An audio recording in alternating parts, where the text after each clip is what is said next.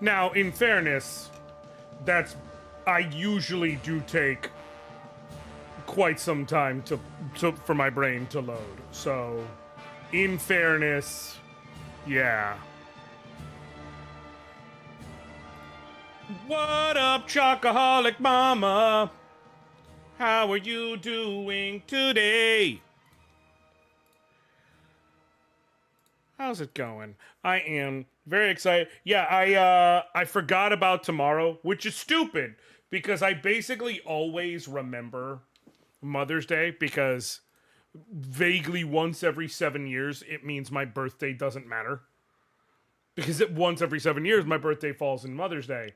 And so it's like, you know, everyone just like, Happy Mother's Day! Oh yeah, happy birthday, Josh. Happy Mother's Day! Yeah, it's like, just whatever. So, which I'm not that upset about. Mother, I forgot to check this page. I'm sorry. I'm sorry. I'm sorry. I'm sorry. I'm sorry. I'm sorry. I'm sorry.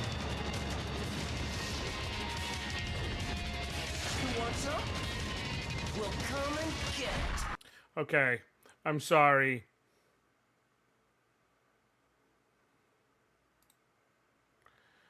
Okay, this has to go up here vaguely. Right? And then, no.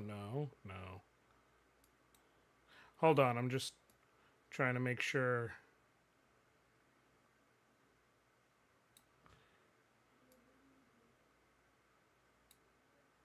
Okay, cool.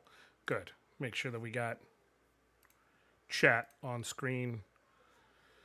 Because otherwise, you know, the multi-streaming thing on the other screen where I'm getting ready. But what up, Adventurals? How you doing today?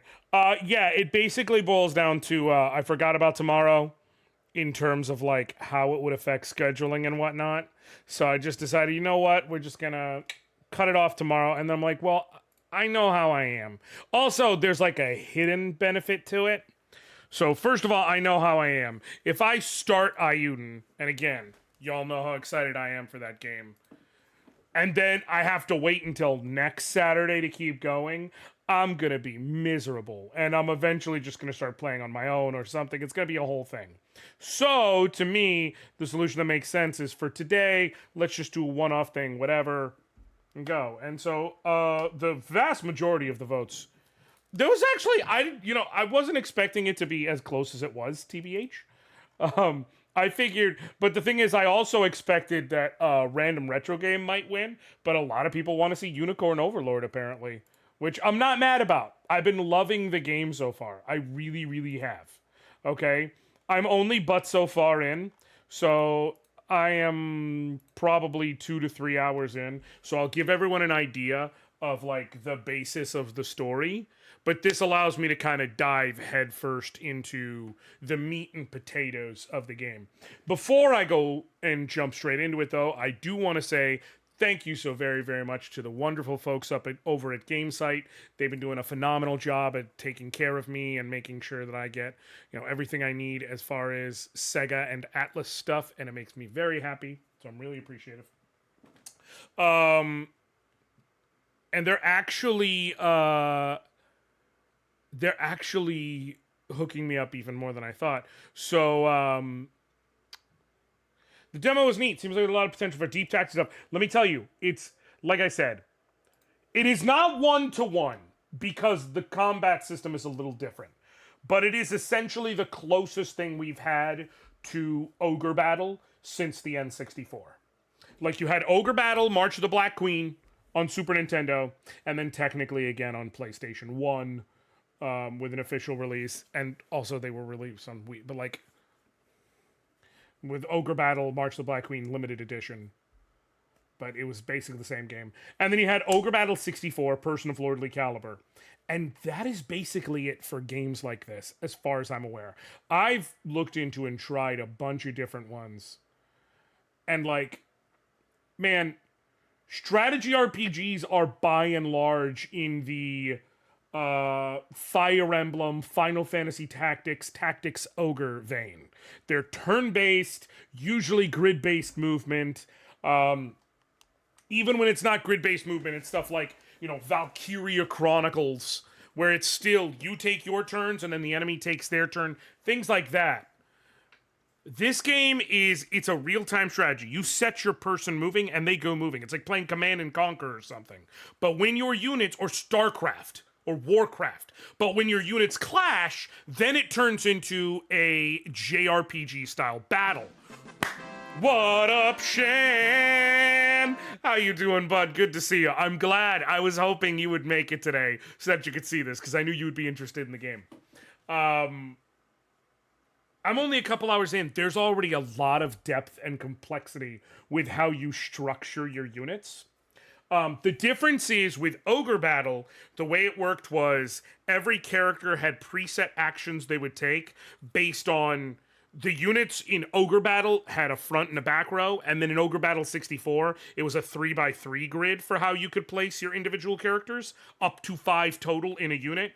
And so whether they were in the front row, middle row, or back row, that would determine what attacks they did when they got into battle. So a soldier or a basic fighter might do 2 slashes in the front row and 1 in the back row. Okay, so, and then what that meant is like the way you were facing in battle mattered, things like that.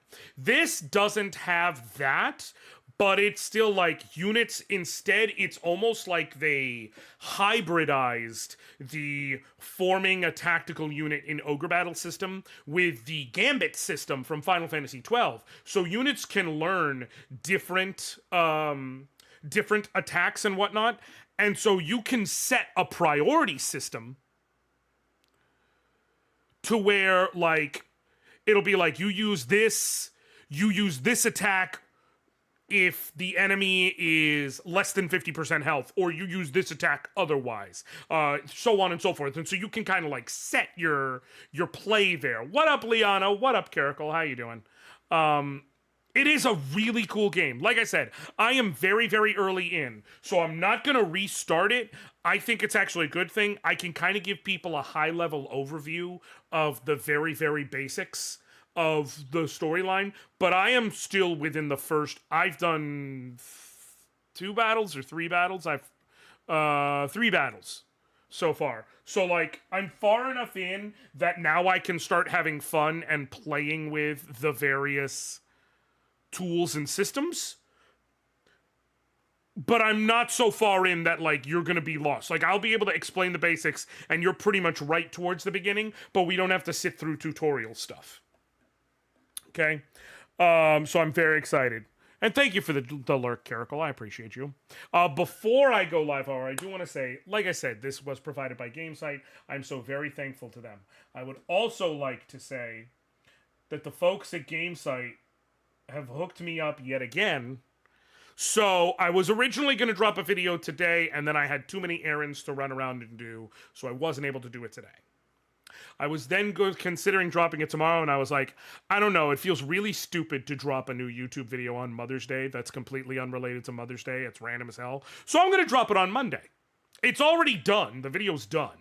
It's mixed. It's everything. I just need to put it live. I will warn you, it is just a video of me talking. That's it.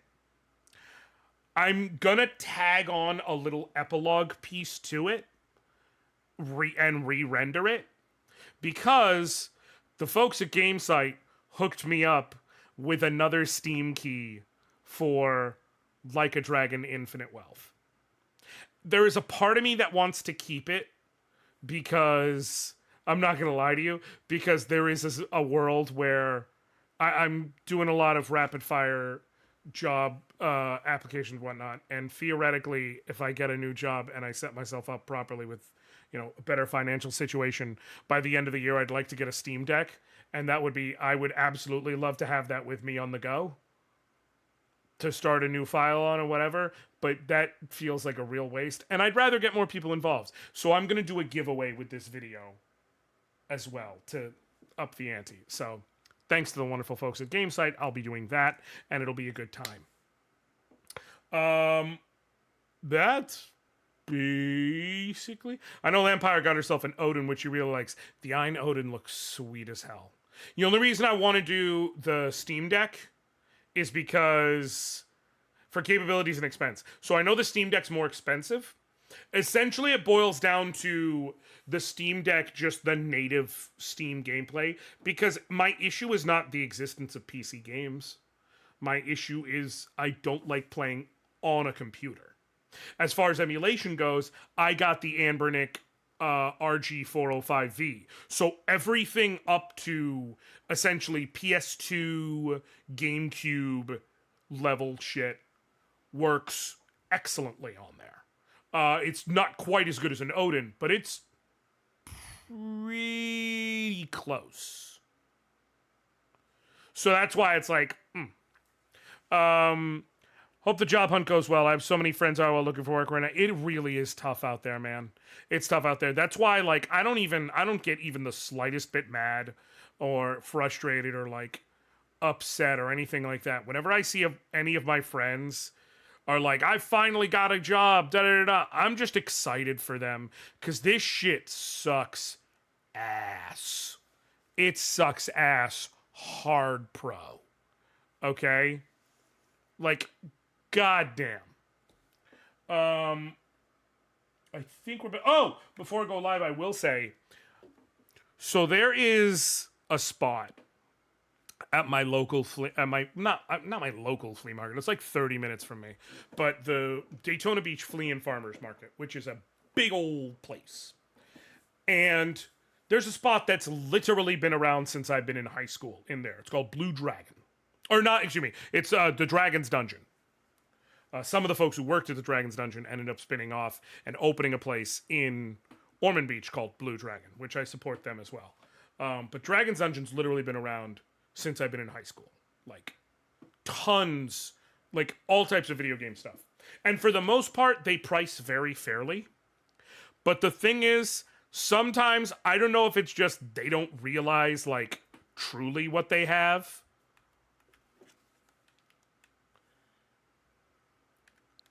But I don't feel bad when I can get a great deal. So, we went to the flea market today. I took the kids, walked around, got some stuff. I got a copy of Turok Rage Wars for the N64, and because I've literally never actually owned a copy of it, a copy of Mortal Kombat 2 for the SNES. I have Mortal Kombat and Mortal Kombat 3, but I've somehow never owned an SNES copy of Mortal Kombat 2. So I wanted to do that. And while I was... They also tend to have guidebooks and stuff. I got the original Nintendo Power Super NES Player's Guide in excellent condition. It still has fine pliability and everything. Okay. The hardcover in basically perfect shape, Final Fantasy 13 strategy guide, and then the hardcover collector's edition Final Fantasy 12 The Zodiac Age guide. I got all 5 of those items for $36 and some change. But a little under $37. For whatever, like, all 3 of those guides were basically marked at like $8 each. And I was like, I don't know. And I'm looking through, I'm like, there's got to be torn pages. It's got to be waterlogged. No.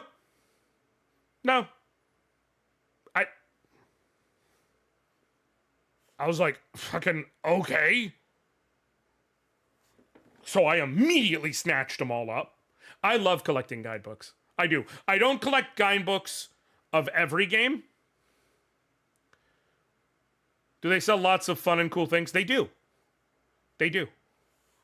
But I don't collect guidebooks of everything, but I love collecting guidebooks. I do. Also, one of the I still want to run FF12 as its own TTRPG. Most people would love everything about the video game except the damn game. No, the world of 12 would be excellent to run a TTRPG in, Shan. Excellent. And you have excellent NPCs built in. Like, you obviously don't have to include Vaughn. Or, I would argue you should include Pinello. I don't think she's as annoying as people say she is, but that besides the point. But I'll tell you right now, like, you could absolutely, like, Balthier and Fran, amazing NPCs. I don't hate, again, here's my problem. I don't hate Vaughn. I am real even keel about Vaughn. I know a lot of people hate him. I know some people champion him. I can't hate him or love him because Vaughn was made very insertable. He's a kid. He is. But what I'm saying is, like, he's a scrappy kid. He wants to be a sky pirate. He doesn't have nearly as much personality as, say, Balthier. But that's because he's a POV character. He's literally supposed to be your eyes through which you see the world. So he has some story, but it is but so much. Like, there's a limit to his story. Right? Because he's meant to be POV. So they give him stuff, but they don't give him too much. So I can't hate him because, like, I understand what he's there for. People get mad that he's the main character. It's like, no, he's not the main character. He's the POV character. Well, I guess he is the main character, but he's he's not the protagonist. Or however you want to use those words in this sense. Like, he's the kid who you're following, but the story is not about him. The story happens around him, and he's there for you to experience the story. But the story focuses on basically everyone else around him. I feel like him and Pinello being war orphans is still pretty relevant to the plot since they're people who are... No. It's very relevant. Again, I'm not saying they're irrelevant to the plot, which I hate when people are like, they don't matter at all. What I'm saying is a lot of people get angry because they're like, well, he's too bad. I was like, no, he's there so you can experience a story. He gives you a foundational experience that makes sense in this world, which is he is a war orphan in a war-torn world. He is someone who has had to survive on the street and figure out how to do so with his friends because literally he lives in a place where everything gets taken from you. I'm not mad about that characterization, right? It makes sense. But as far as him being the lead, he can't take point on a lot of shit because the story is very Game of Thrones-ish, which is, it's about intrigue, it's about political dealings, it's about inter-kingdom turmoil, it's about all this stuff. And so, in order to achieve that, he is there for you to see the goings-on. But he can't be the main focal point of everything. I'm not mad at that. It's the storytelling they chose. It's why my favorite thing, and I brought this up last stream, and I'm going to bring it up again before I go on. And I'll eventually get to the thing I was going to say, but I love this conversation. The thing that gets me the most ticked, like, it genuinely bugs me, and probably more than it should, is people who sit here and say, Final Fantasy XII is just Star Wars. And they break it down. It's like, there's an evil empire, you're part of the resistance. The main character is given, a sacred duty, despite the fact that he comes from humble origins. You've got a princess who's trying to escape and lead this revolution. There's an old grizzled war master at her side trying to protect her from the old guard. You've got a armor-clad villain who's actually connected through family to the party of heroes and keeps his face obscured. You've got this one random lovable rogue who's with a heart of gold who's trying to help everyone. But again, goddamn near any story that is set in fantasy can be broken down to the same primordial elements as Star Wars. Star Wars follows such a basic framework of story. It's just a fucking fact. And the problem is, if you scrutinize that for just a couple moments, you see where it falls apart. Because people always try and line the characters up, and a lot of them don't actually line up the way you think they do. Vaughn is Luke. Vaughn is not Luke, because Vaughn is not the hero who saves the world, and Vaughn is not predisposed to any sort of special powers or anything. Ash is just Leia. I mean, I guess, except not really, because a bunch of Leia's, like, Leia's whole thing is that she's the princess, but she still kicks ass, and she's trying to run with the resistance and do all this shit. Ash is never, like, waiting on being saved. And also, Ash has very different ways of handling her trauma and whatnot. I love the Bosch as Obi-Wan, or Bosch as Obi-Wan doesn't fucking work or make sense. It doesn't. Bosch is not interested in teaching anyone. He doesn't teach, like, it's not like he becomes a mentor figure to Fawn. It doesn't happen. His whole bit is protecting Ash and dealing with his fucking brother. Gabranth is not Vader. He wasn't tempted there by power. He made different fucking decisions. Him and they fucking don't converge. Okay? The whole deal with and everyone, if you want to call someone an Obi-Wan, everyone just calls Fran Chewbacca because she's the partner to Balthier, who they call Han Solo. But Han Solo he's motivated by love. We can all be honest. Han Solo is motivated by love. He'll do anything for Leia because he loves Leia. Balthier don't work like that. He don't move like that. He just don't. And Fran is not fucking Chewie. Fran, if anything, as I brought up last stream, but I still stand by it, Fran, if anything, is Obi-Wan in this scenario. Because Fran is the one who, anytime you go somewhere new, explains to you how the world works. Fran is older and wiser than everyone around her. She's the one who gets called on for knowledge constantly. And so many details about how the kingdoms interact with one another and the power structures. It's not the same thing. The thing about Final Fantasy XII, and something it does beautifully, is that it communicates everything it says. It communicates everything you need to know in the story. You need to be able to read through subtext in order to get it. Which, I'm just going to say it, Final Fantasy XII is a shitty game if you're autistic. Because so much of the dialogue is subtext on subtext on subtext.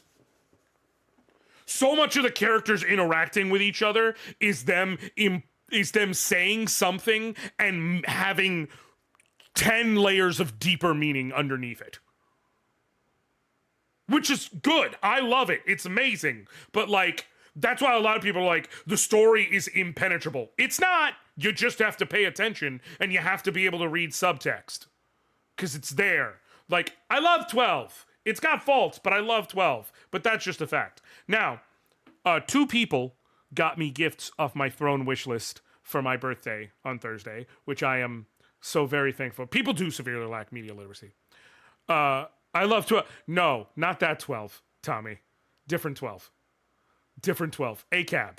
ACAB. I'm on record with that. Don't you fucking put that on me. 2 people got me gifts off my throne wish list for my birthday on Thursday. So thank you so very much to both who did. And one of them, I have here a complete inbox Super Famicom copy of Final Fantasy IV. And I can tell you there is nothing repro about this. Like, just the feel of the cardboard, the smell of it. This shit is... It is absolutely 100% original.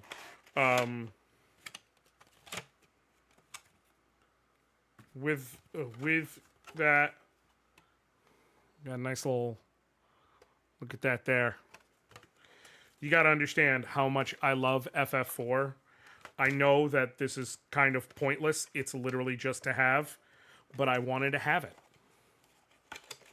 And so I got it as a gift, and I'm very happy. Does that work? It does if I get a Super Famicom, or if I get a cart converter. There are conversion... I'm going to have to find a place for this. For now, I'll just put it right there. There are conversion carts you can get for the Super. So the Super Nintendo. Here's the problem. I'll show you real quick. Here's what the bottom line issue is. The way that they region locked the Super Nintendo versus the Super Famicom. So I just showed you all that Mortal Kombat 2 cartridge. You can see they're similar, but subtly different. The main difference comes in the bottom. This one you can see there's rounded edges to it, right? This one is purely rectangular with those little grooves and indents. So that is the way that they region locked the Super Nintendo versus the Super Famicom. The systems itself have the same architecture in them. So they do sell converter carts that you can get for the Super Nintendo to where you plug that in the top of your Super Nintendo and then you can plug Super Famicom games in there and play them. It would play in Japanese, obviously, but I know Final Fantasy IV well enough that I can tell you right now, if I got a converter cart and set up my Super Nintendo, I assure you, Japanese or no, I would absolutely be able to beat that game fully in Japanese without issue. Like, I just would, y'all. I know Final Fantasy IV too well. It's such a special game to me. That's why I was like, I want to get it. I want it for myself. Projector. Put projector. This will help me see what I need to see.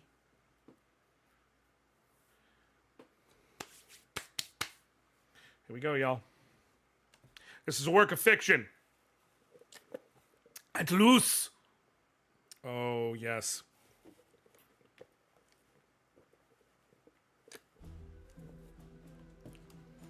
Vanillaware. You mad lads. Vanillaware really hasn't made a bad game. They've made better games, they've made worse games. They've never made a bad game.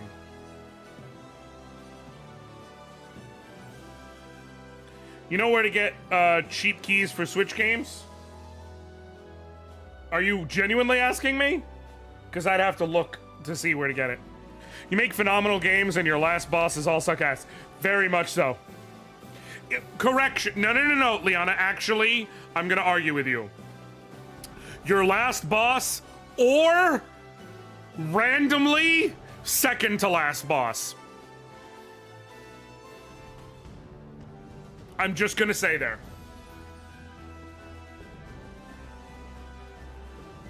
It's the last boss or the second to last boss. Because sometimes the last boss is an absolute just nothing burger, and the second to last boss just ruins you.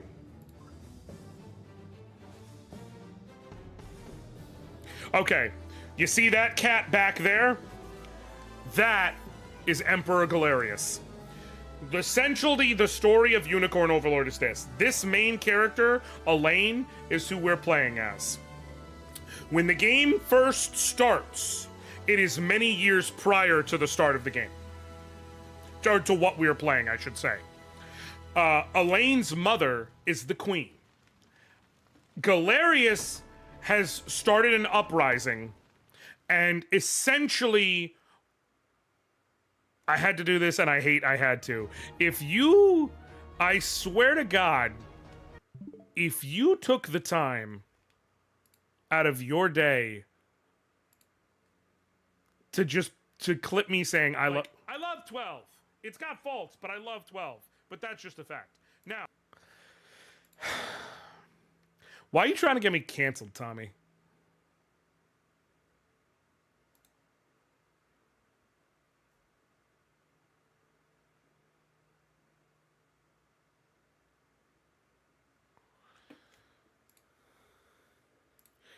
But are you sorry? Are you immediately sorry? What up, Grinds? So, running around the world. So here's where it's at. What is 12? Coleslaw, in this case, 12 is when you... Obviously, I was referring to Final Fantasy 12, but when someone is referring to 12, they're often referring to cops. Someone, like, if you see someone, for instance, was to point up the street and shout, "It's 12," they're saying that the cops are there.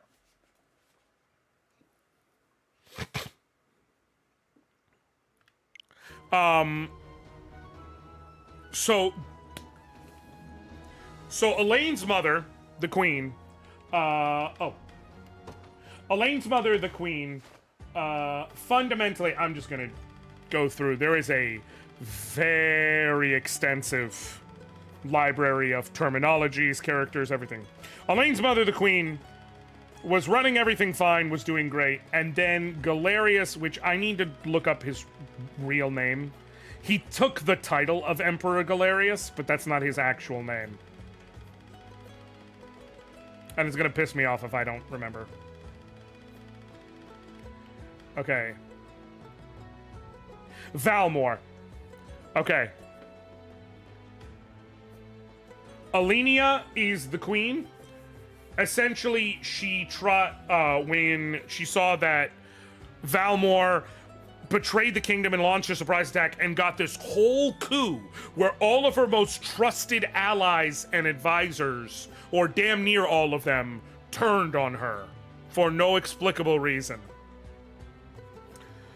She took Joseph, who was her, like, right-hand knight, one of her closest knights, and had him take her son, Elaine, still very young, and spirit him away to safety. She tried to stand up to Valmore, and she got bodied. And now Valmore took over as Galerius, the scion of the fallen Zenoiran Empire, and he slowly took over the land. So now he basically has an iron grip on the whole land, and we were supposed to be like a resistance force. Yup, just Star Wars again. Ha! It's funny, it's almost like that's how basic story structure goes. But here's the thing. So, some troops come to try and take Elaine out, along with his best friend Lex, but they're actually were coming to apparently kidnap... Let me find her name so I can show y'all.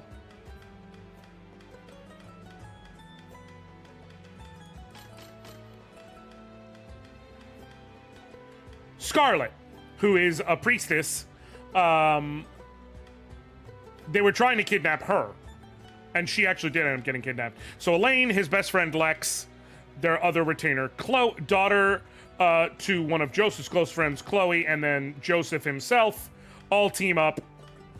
And they're like, okay, we're going to save things. They go and try and stop. And the guy who's trying to take her originally is the leader of the forces, this guy, Hodrick, who was one of the trusted aides of the queen. And he was all about, like, he was just evil. And then they knocked some sense into him, and it became, before they took him out, the queen entrusted to Elaine a ring. The ring shot out some magic, and it basically broke the spell that was on Hodrick, and you've come to find out. The reason why the rebellion that Valmore was doing worked is because he had the ability to essentially take over people's spirits. The ring that Elaine bears can undo that magic. And so now we have a real shot at upending this guy, because as long as we do it in a calculated and tactical manner, because of the fact that we can actually break the control hold he has over people. And so, like I said, I'm a couple battles in. I've got several people. Joseph, who seems like he's a Jagon, but once you get his level, he's just... No, but here's the funny thing. If you play Fire Emblem, everything in your spirit tells you, don't use Joseph. He's going to just take away from the rest of your people, and it's going to be a problem, and you need to not do it. Okay? Hold on.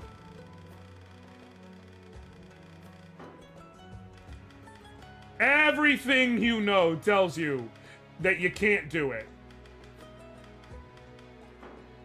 This game does not work like Fire Emblem, folks. There is no such thing. I mean, I guess technically there is in one very specific sense, but I will explain why there's not. There's really no such thing as siphoning experience. When does the unicorn come in? That is our heraldry. Elaine himself is the Unicorn Overlord because the unicorn was the symbol that's on the ring. It's also the symbol that was of the kingdom. In fact, you can actually design your heraldry and you unlock new things for it as the game progresses. And you can make individual bits of heraldry for each different character too. You unlock different presets based on the different groups you take down. And then you can edit individual pieces you unlock with each one. So that's why he's unicorn. Yes. Look, we saw Elaine across the bar and like his vibe. So here's the other thing. Like I said, in Fire Emblem, Jagans are a well-known archetype. Because the idea, it's the strong paladin character you get right at the very beginning, who's stronger than everyone else, but long-term is weaker and would weaken your units by using him. The thing is, in this game, you can't really kill steal. Right? So what it is when a unit goes in battle, so this is Elaine's unit. I've got Elaine up front in this slot. I've got Hodrick alongside him in the front row, but to the left, and in the back middle, I have Aubin. They each have good survivability on their own. Aubin is the least survivable in theory, but he's got plenty of HP to work with. He's just fine in what he does. But people tend to go with either of the front row characters first. Hodrick's whole thing is he can literally jump in front of someone else and take a hit. And he has ridiculous defense and plenty of HP. Meanwhile, Elaine uses standard attacks, but one of his attacks can actually heal him. So what I can do, and what I meant to do and didn't properly do it, is I wanted to switch this to Poison Slash, and I wanted to switch this to Lean Edge. And this would be HP... No. Own HP is less than 50%. And otherwise Poison Slash. So what that is his basic attack, when it's used, recovers a quarter of the damage dealt. So you see here, this is what I meant by it's like there's almost like a gambit system in place. You can actually set multiple conditions in which you're going to use the attack or not, and if the conditions don't click, you use the other things that are lower. So I would prefer he uses Poison Slash default, especially if it's at full health, because they both deal the same damage, but this one poisons. But this one recovers HP. So if his health is below half, I want him to heal himself. If it's above half, I want him to focus on dealing damage. Things like that. Now you can see up at the top right, there's AP and PP with those little diamonds. Those are how many you start the battle with. Red skills cost AP, blue skills cost PP. And so that is essentially how many abilities you get to use per combat, unless you have things messing with it. He has one red and one blue, so he can use one red action and one blue action per encounter, unless something happens to give you more. I bring that up to say it's not something that'll only come up later. In the second unit, I have Clive's unit. I've got Lex up front, then Clive in the back middle, and then, what's his name? Bruno, the gladiator, in the back. So Clive is the leader of the unit because he is a cavalry. So he moves very super quickly when he's on the battlefield. It allows me to have him chase down enemies if I need to, because they're trying to get to the main the main fortress before I can get to, or something like that. Clive's attack, however, and this is why it matters, is Assaulting Lance. Whenever he defeats an enemy using Assaulting Lance, he gets another AP. So basically, anytime he's in place to where he can deal a kill shot to an enemy, he gets to attack again afterwards. Lex is kind of just does poison because that allows for good setups to possibly get Assaulting Lance to go off, and Bruno deals a ton of damage, but he actually hits the whole row. And so as long as there's at least two combatants, I want him to use Ride Smash. Otherwise, I have him use Crush, because even though it deals less damage, one, it's more accurate, and two, here's the big deal, it inflicts stun, so it stops the enemy from being able to do an attack. But the idea is, let's just say there's a row with 2 or even 3 enemies. Bruno is very fast. He's going to come in, wide slash, boom, start dealing damage to them all. Lex is going to hit him, inflict some poison, get him really low or kill them. And then Clive's going to come in and just start mopping them up. Assaulting lance, assaulting lance, assaulting lance. So you see how already I am only a couple fights in, and you can create whole ass builds. Much the same, Travis's unit over here is my sustain unit. Travis is a rogue, or a thief, I should say. And so as the party leader and up front, he has massive evasion. It is super, super difficult to hit him. So enemies will try hitting him and miss all the time. Let's just say they hit him. Chloe heals once per battle to an ally who needs it. But because he's in front and he's in the middle, he's basically going to get attacked by everyone who's not purposely targeting the back row, like which certain groups do. He's also protecting my archer, who's not great as a defender. So basically, he dodges almost everything that comes his way, and on the off chance that someone hits him, doesn't matter because she's gonna heal him. We also have True Thrust, which is Chloe's basic move, which has the ability to always hit, and then Long Thrust can hit multiple enemies. And then his whole thing is he can actually steal blue AP from enemies, which prevents them from being able to heal with his attack. So the idea of this unit is, let's just say you also have the ability to heal. Doesn't matter. You're gonna get into a fight, he's gonna dodge almost all your attacks and probably heal so that there's no issues. And then even if you manage to heal him, to damage him, he's, like I said, he's gonna get healed, and if you can heal too, he's gonna take away your ability to do that. So this unit is just built to outlast you through multiple combats. So, you see, like, that's... The fact that I'm so early in and I can already start doing shit like this is awesome. What I think I want to do, Liana, is I want to set True Thrust, I want to set Long Thrust, and I want to set it to the condition 2 is...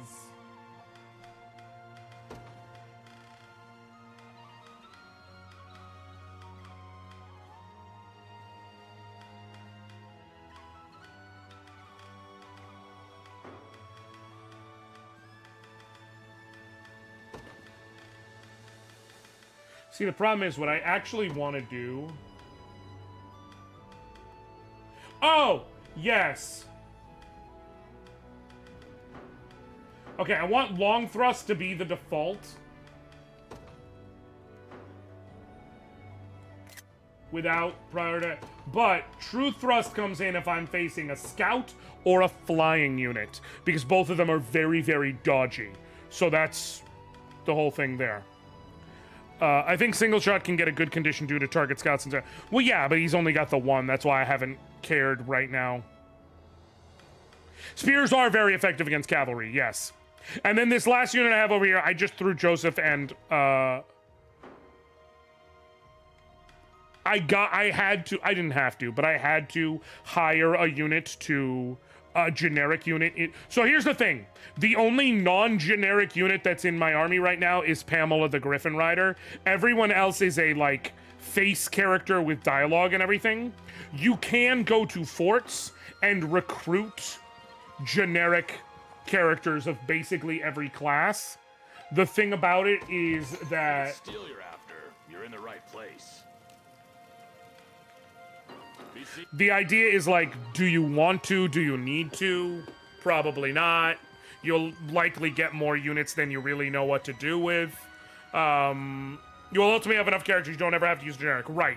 I recruited her because there was a quest to recruit a character, and I just haven't given her the boot. Because I'm like, I have the extra slot as of now. It doesn't really make sense to get rid of her. Right? I do?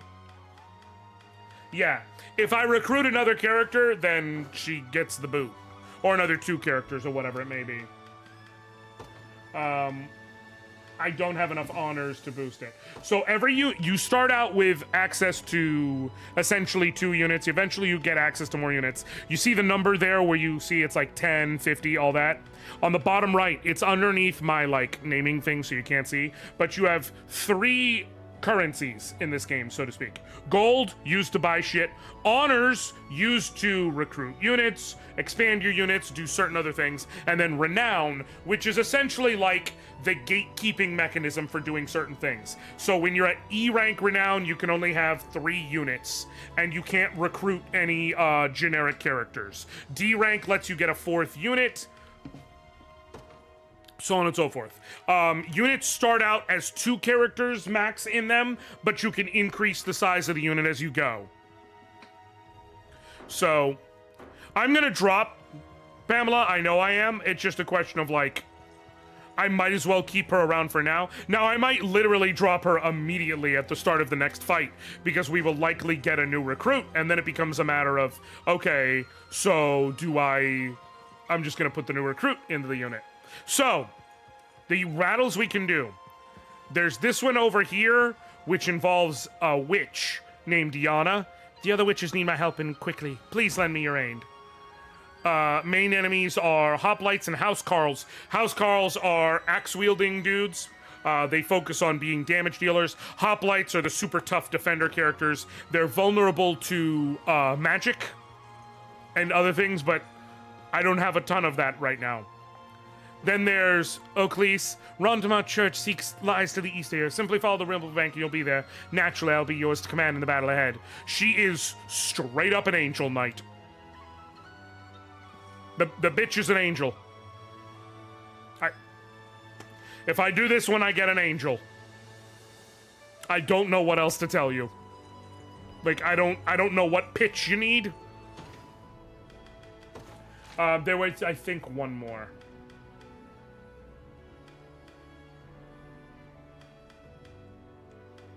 Yes, the Battle of Barbatimo. There is a battle over here that is, like a siege battle, so to speak. By the way, you see how big and how vast this world is? And I am... how far in? I have played for under 4 hours.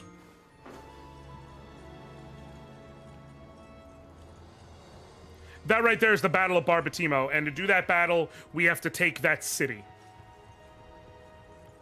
So I don't want to do that one yet. I think I'm going to do at least one of the other 2 battles I showed y'all first. By the way, all these glowy spots have items, but they're gold, so I've already claimed them. Like, I can't get it again. The towns, they have armorers, which you can use to buy armor and weapons.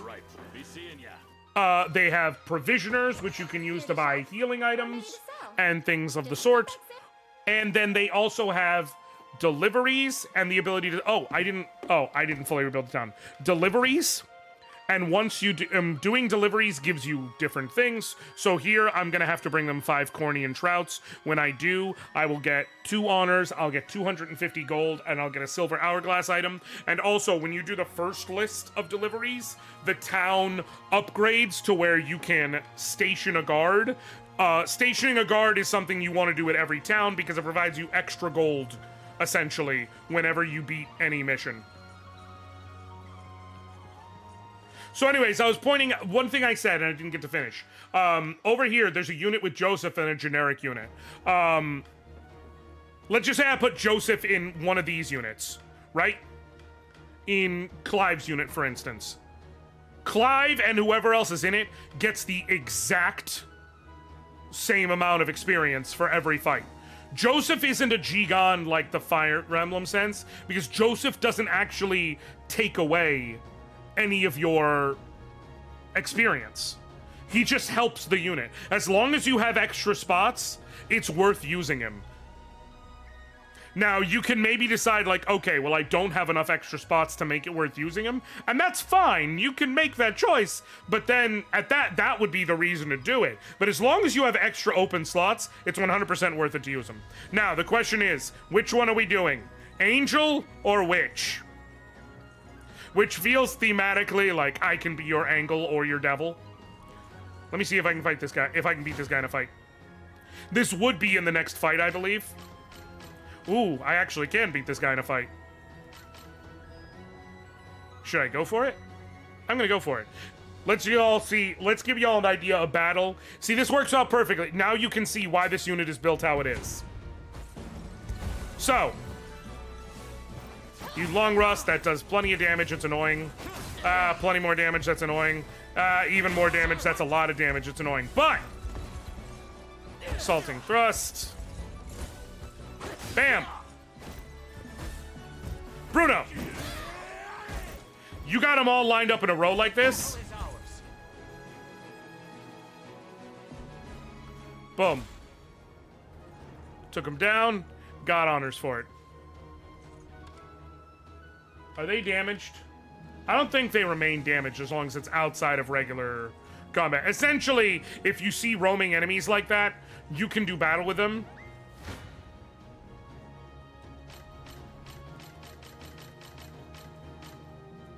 And it's just, it happens. Skip the battle. I'm gonna skip it because if you can't beat them, there's no point in fighting. Like, you just clash and nothing happens.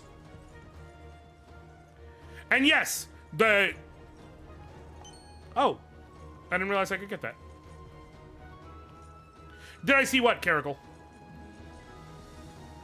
Can I beat y'all? Game is really fucking cool. Might as well bring Oscar. I did, Caracal. I was going to put that in memes, the BBL Glizzy picture, but I didn't get to until after I saw you already did it.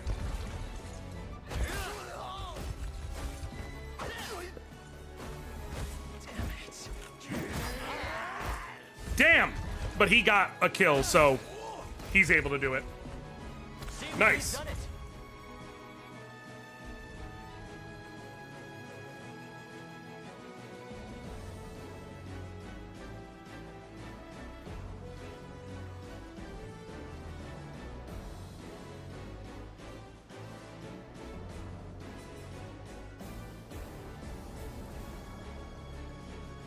Hold on. Ah, I see.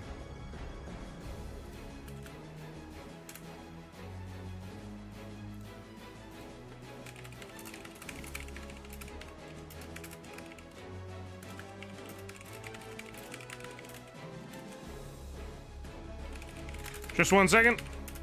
Grab.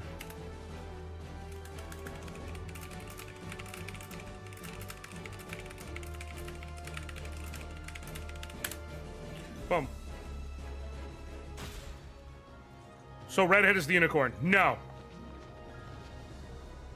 Incorrect. Ooh, trouts. Can I get more trouts? I want trouts.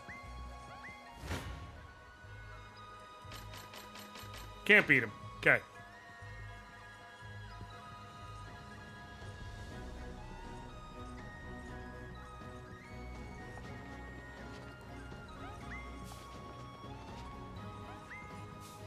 Okay. Hey! Take him down, Clive. Yeah, if you manage to fully take out an enemy, yeah. So all of this is just running around on the overworld. I'm gonna show y'all, like, an actual fight. Wait.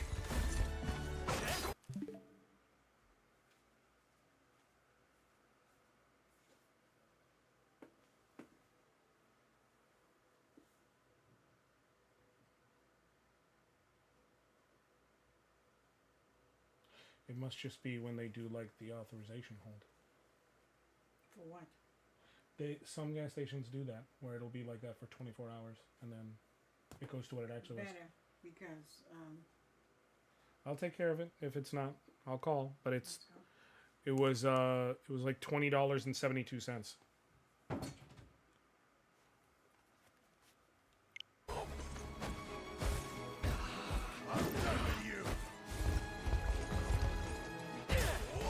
All right, put up the speed up, because I can.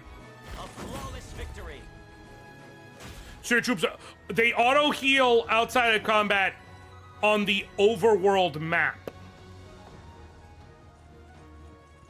In the actual, like, for real, when you get into a prolonged battle situation, they do not auto heal at all. And so you've got to You carry that damage with you.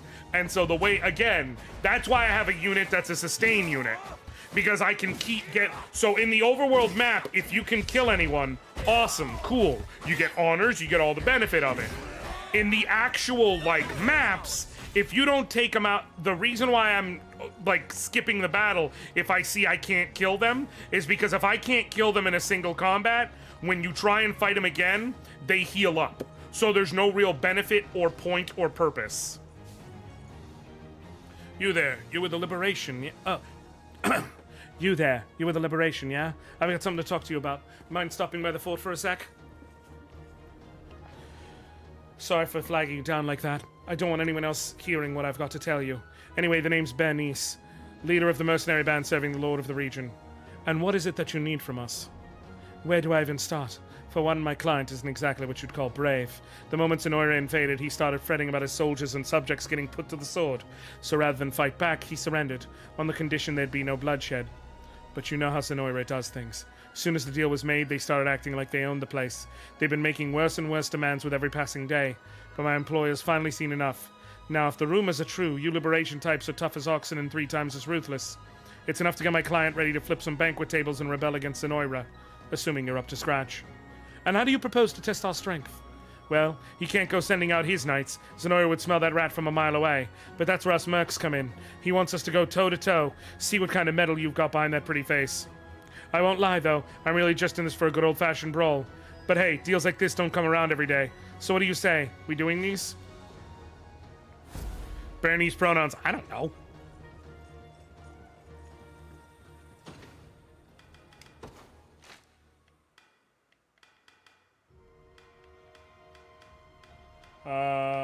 Mercenary trial. She, apparently. That's what I thought, but I didn't just want to assume. Alright, did that put me to 10? It did put me to 10 honors. And that matters just because I can add 1 extra slot to this unit. And so whoever joins me in the next battle, I don't have to necessarily drop Pamela. Okay, so officially, are we doing... Wait, no. Are we doing... Okay, the Winged Knight is supposed to be done next. So let's just do Winged Knight. With the Black Talon bandits strike at Rondemont Church, the Liberation joins forces with Oakleys, an angel of the Orthodoxy's Heaven's Wing Knights, to free the holy site from the bandits' clutches.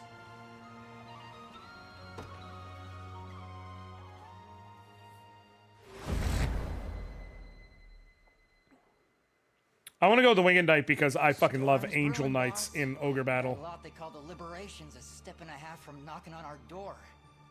What say we cut out of here before the Father sends us straight to hell? Doesn't feel right raiding a church. Every Gamergate chud who complains about the translation in this game needs to shut the fuck up and go touch grass. This game's translation is superb. We go when I say we go. Now get back to work. Those crystals aren't gonna find themselves. Aye, boss, but what if the angel comes back? And what if she does? Bird or broad, my arrows will bring him down all the same. They are full bad opinions. Debating going to the Union encampment nearby, but it's 29 degrees Celsius right now and so close to thunderstorming. Yeah. I mean, that's what I'm deal with most days for working, so that's why for me it's like... But I get it, you're in Canada, so... Well, I'm sure he won't mind missing a finger or two. But why don't you give him one of your little prayers if you're that worried?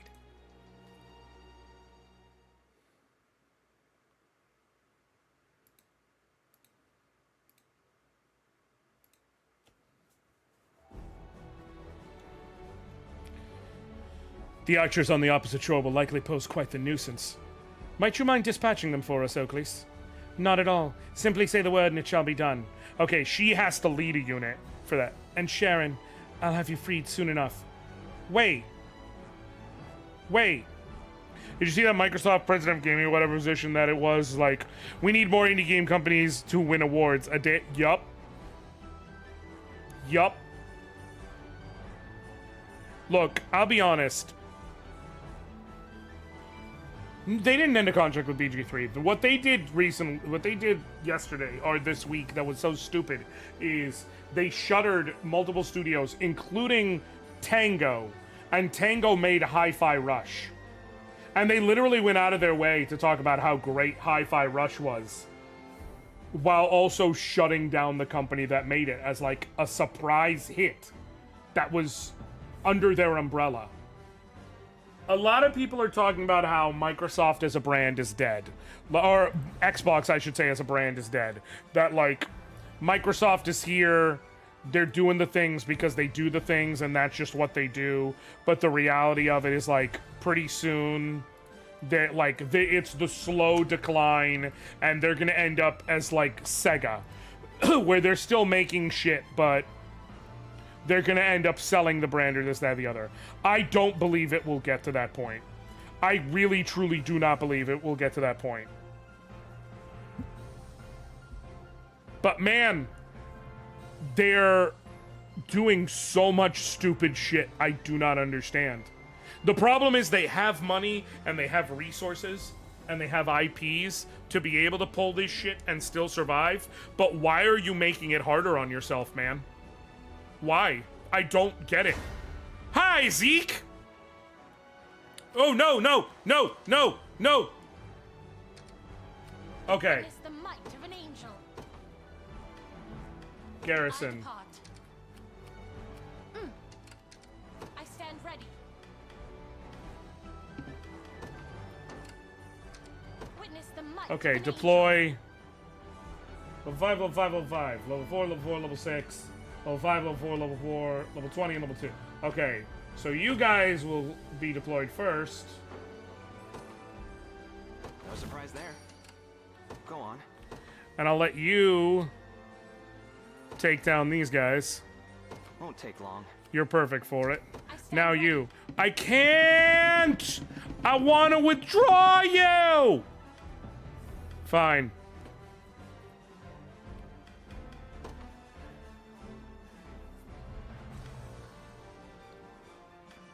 Okay, okay, okay.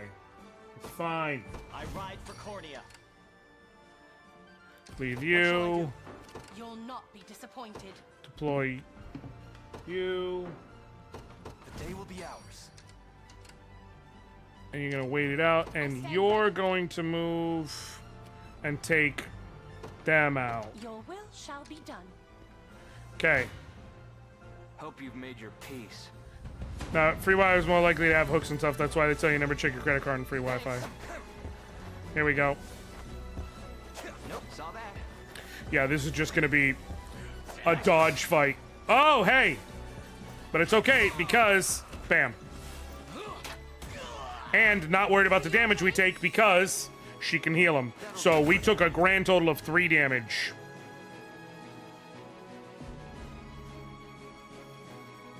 No hard feelings. Yeah? Okay. Go on. Let's take what's ours. I'm trying to fight outside of that ring, because the thing is, inside that ring, the archers would also pelt me with arrows. And I'm not trying to have that happen. I'll take that. Nice. Saw that. Ow. Nope. Oh, Zeke, Vanillaware has such a unique art style, and they have for a minute. Okay, their art style has been like this going back to the PS2, and Odin Sphere and Grim Grimoire, and things like that. Keep getting sharper. This game is so good. Like, Vanillaware stuff is so gorgeous. It really, truly is.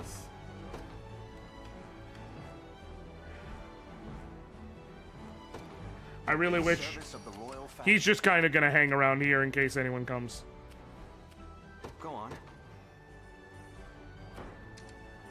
Okay. Yeah?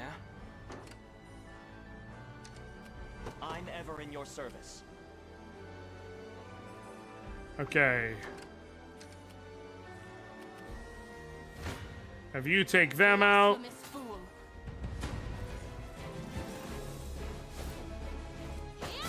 Woo! Yeah, Angel Knights are a thing going back to Ogre Battle and Ogre Battle 64. Faster than the wind.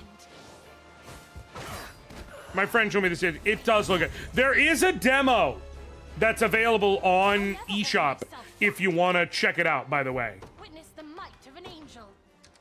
You rest. Hey, take what's you...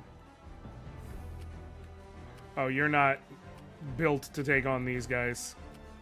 But you know who is? What shall I do? Clive.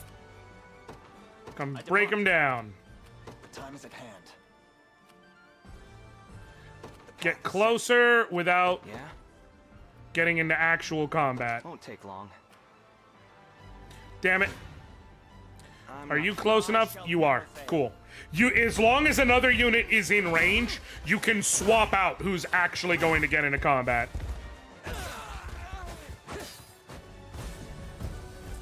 Hurrah!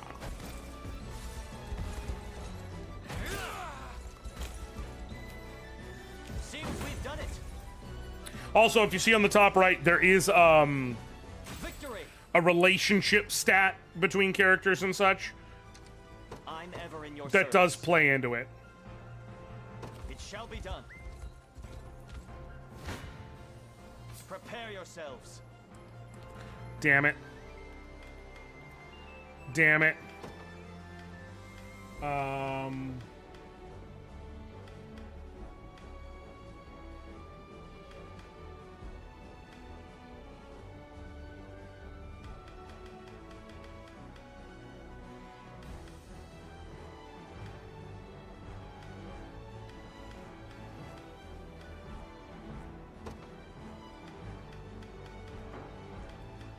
God, I don't want to... I'll try and just do it and hope that... What if I put you there? That changes it into a death shot. I'm good with that. I feel like to discuss it, but you ever played the last Remnant? So, I have not. I am interested in the Last Remnant. I have asked about getting it to folks. It was on sale recently, I believe. And I was like, hey, is this worth the couple dollars? Because it was like real cheap. And I got mixed response. But I am interested in checking out The Last Remnant. I just haven't. A flawless victory. See, Chloe? I can do stuff. Okay, that unit needs to freaking heal. What shall I do? Here! I've arrived. Made it. Let's take what's ours. There in a second. You take him down. Onward. I stand ready. You take down this group. I take to the skies. Now, if you, by the way, look at the top middle. There is a time limit for maps. You can't turtle forever. Because when you stop and go heal at a, at like a town or a fortress or something,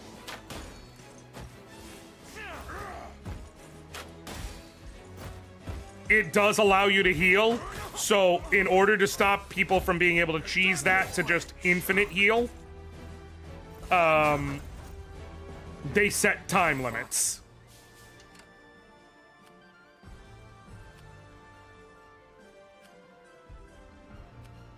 The time is at hand. Can you take out this unit? No. Well, you can eventually. I'll have you go first. Pretty easy Won't take long. damage-wise.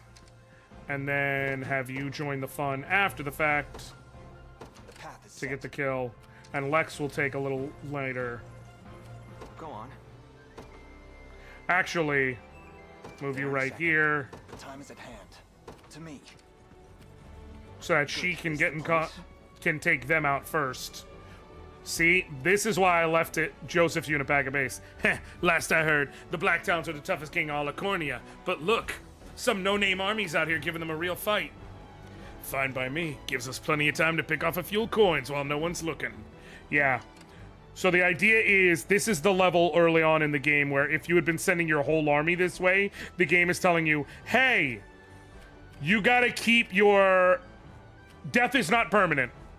You have revival items. If a unit goes down, you can revive them. Any who bar my path must I think you really like it. It's got similar vibes to this. You have kind of like dungeons with mostly normal turn-based combat, but then there's also large-scale war combat. I do want to give it a chance at some point. What up, Sleazy Mir? Have I become the Overlord yet? No, I have not. I have not overcorned my overlorded my unicorn yet. Do this way. Units will 100% go down.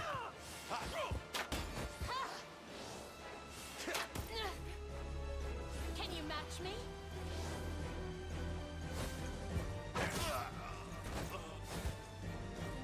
Bam! Momentum is with us. An offering to the heavens. Okay, so now that allows me a good bit more ease here. Awaiting your command. You can go and just... I can't hit you guys. Oh, this is a nothing fight. Okay, you're not actually a good one to handle there. I need to send you back to deal with these guys. Won't take long. And you can handle them. Path is set. Witness the might of an angel. You Your get will that shall be item. done.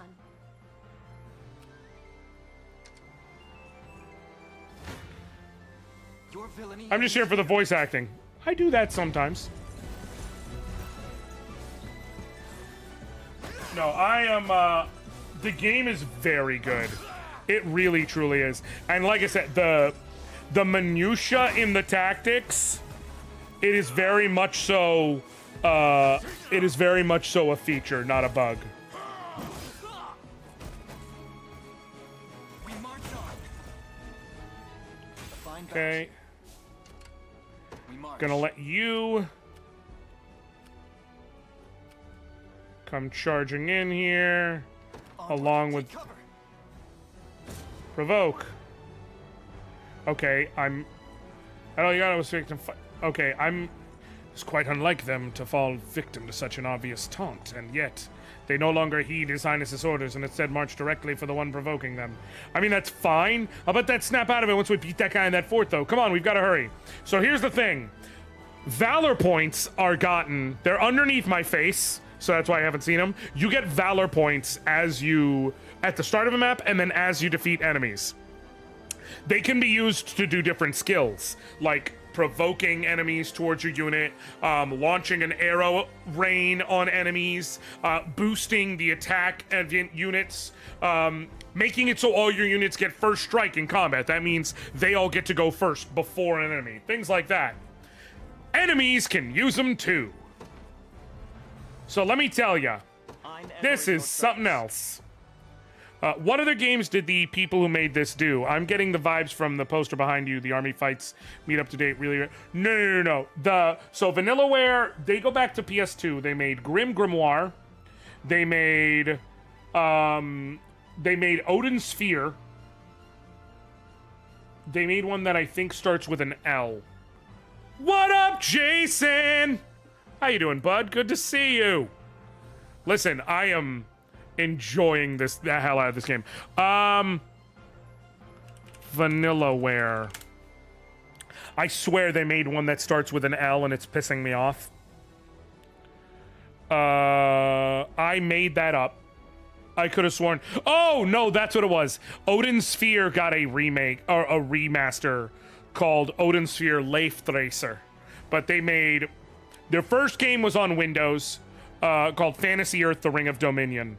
But the first game that really put them on the map as people being like, oh, this company has a really super cool, unique art style was Grim Grimoire. Then they made Odin Sphere.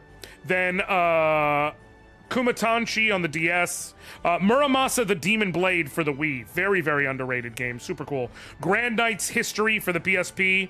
They made Dragon's Crown on the PS3 and PS Vita, and then most recently, before this one, their big breakout hit that was super awesome is 13 Sentinels Aegis Ring, which is super awesome, and again, I cannot stress enough, super gay. Complimentary. Complimentary. A divine blessing. You'll not be disappointed.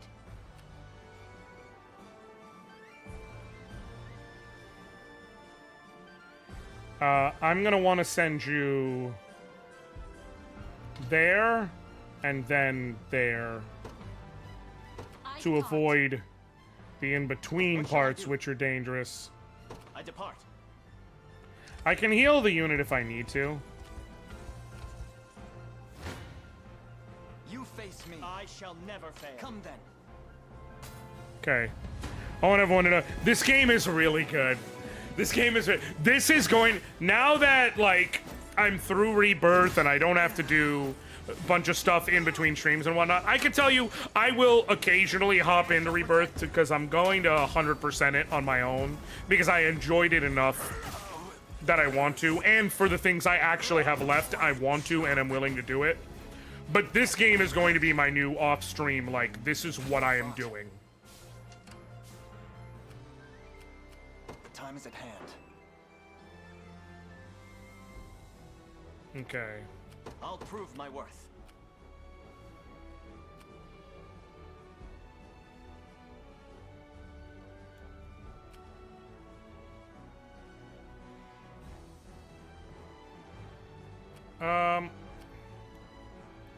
Oh, wait a I'm sec. here, Your Highness. Okay, he's close Your enough now. service.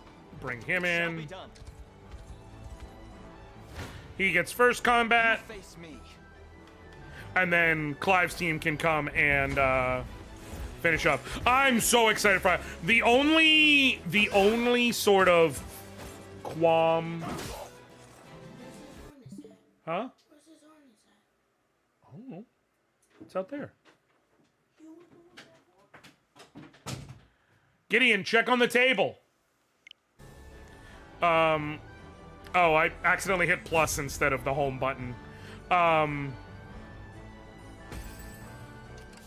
When they're garrison... So, if you get into a combat where you don't completely eviscerate the enemy unit, whoever dealt a greater percentage of the total unit health to the other one loses the fight and the other one wins. Whoever loses gets pushed away, and they have to go through a rest cycle before they can act again. If you get in combat while you're stuck in that rest cycle, the other unit automatically gets first strike, which means every single member of that unit gets to move before your unit can do anything.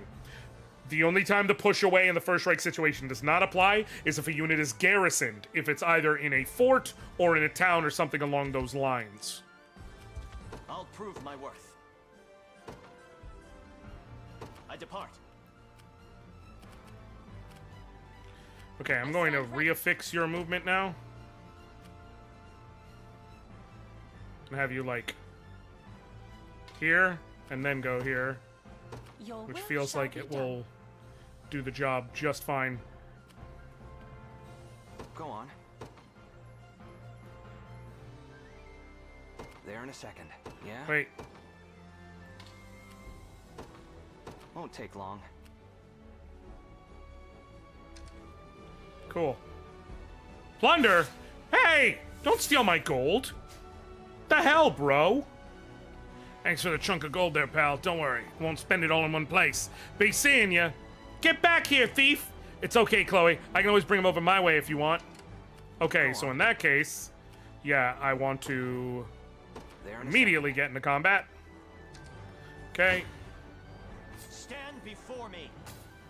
No, I'm super excited to see Ayuden. The one worry I have, damn, basically boils down to I don't want to open up my PlayStation version, both because the whole reason I got a physical and a digital is I wanted to be able to keep my physical version sealed, and because of the fact that I 100% completed.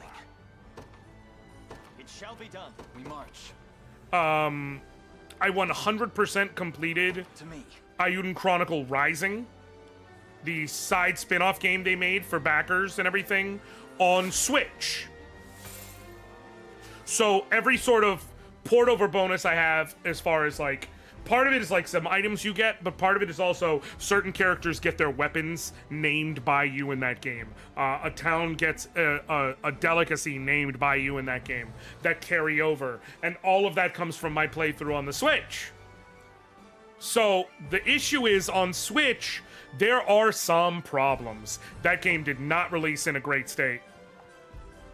And now part of it is they were originally planning on releasing on whatever the Switch successor was, and when they saw that because of how everything was lining up, they weren't going to be able to do that. Like, they did what they had to, but the result is, you know, is the Switch version's got some issues. I am hoping the nice thing is with an extra week between now and then that they can work out whatever's going on, and you know, make sure there's no like patch it, because they have said we are actively working on a patch for the Switch version of the game to deal with the technical issues. So if it can drop this week, that'll be awesome. That means I just get to smoothly go into it. And if not, I mean, it is what it is, basically. Like, there's nothing I can do, but I would really like if I could just enjoy the game on the platform I wanted to enjoy it on. I forgot to get that while I was moving through, so I'll have him run and get it, because I'm not worried about someone popping up back here. They're not going to be that cruel. Those dots are items. You definitely want to get them. I fight on. For now. You rest here. Okay. Time is with us. Should we only keep our focus? Battle. Okay. I do love that the heraldry you select for characters, by the way, can show up on their gear. Like, you can see on the shields. I saw the name of the game and was immediately intrigued. Galaxies, it's so good. It is so good. Again, now, Quite troubling. I don't know how, hold on 1 second.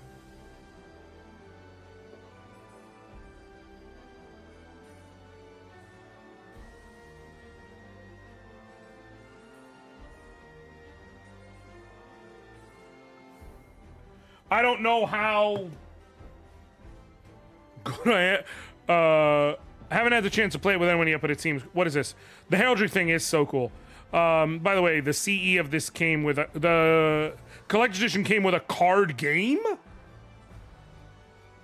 Like, just... Like a whole ass... Like, not just collectible cards you can enjoy, but a whole ass card game? We shall make proper use of this. Okay.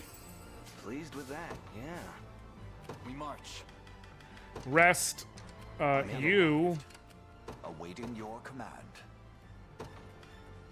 Garrison, you Let's take what's ours. move back with this group, Won't take long. and then once you're fully rested, Grow weary. that didn't completely heal you, but it healed you enough that I can just give you For now. a healing font if I wanted, or 2 healing tonics. But I kind of want to save that, so I will. I don't need to heal just yet. The Liberation Army's almost here. And they got the Prince of Cornea leading the charge, too. More like the Prince of Fools. Don't let it get to you. Okay. That's cool, I guess.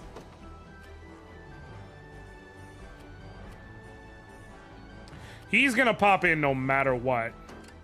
We march. Oh, hold on. Here's what I need. Set. Wait, what? No. I grow weary. I fight on. Oh, he's still resting. No, no, no, no, no, no, no, no, no. Oh, there's nothing I can do. I'll not go easy on you. Vaguely reminds me of how your heraldry changes appearance all your stuff in the Kingdom games, which, by the way, are amazing. The Kingdom games? Para qué? Like a whole ass card game to play with 2 to 4 people at a table in real life. Oh, that's dope as all hell. See, that's the type of collector's edition inclusion that makes it worth it. As it was written. I'll never hold myself back. Witness the might How of an how angel. would you do in combat? Here.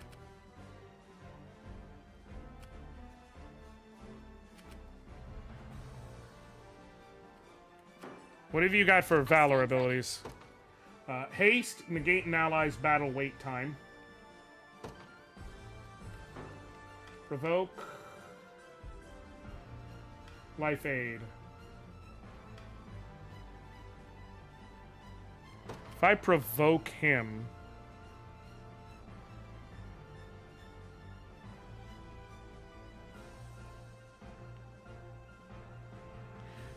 Most recent is Kingdom 2 Crowns. It's a 2D side-scrolling kingdom building game and one of my favorite games of all time.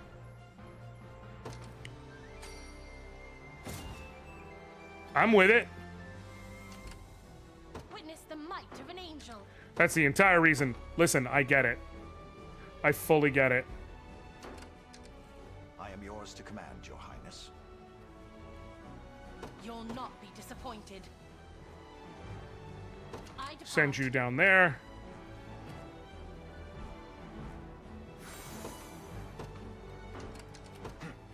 Okay, cool. Good. Hey! Quite troubling. I fight on. For now. Garrison, I've arrived. I've arrived. Yeah? how do you do against this cat? Nope. Go on. Sure. We march. Take them down. And then... Oh, I'm running out of time. Then. I'm gonna have to get a little hyper-aggressive here. 2 Crowns has 2-player Steam remote play, and only one party has to own the game if you ever like to waste an hour or two on a fun little game. I'll definitely check it out. 100%. 100%. That sounds interesting as hell.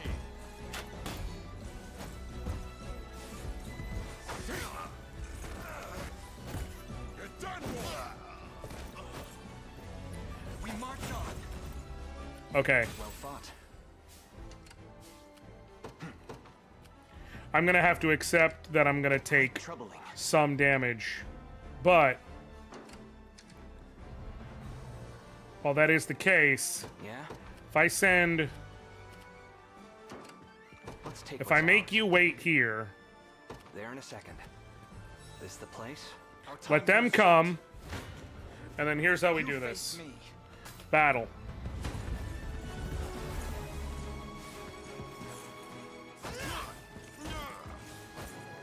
Skip the fight. They all die! And I don't take any real palpable damage. A fine bout. Yeah? And you come in. No.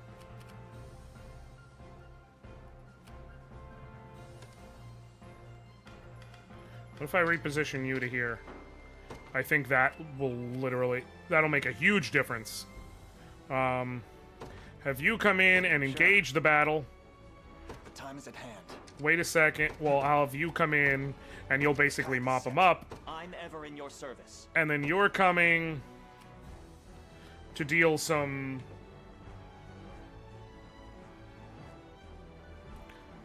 I'll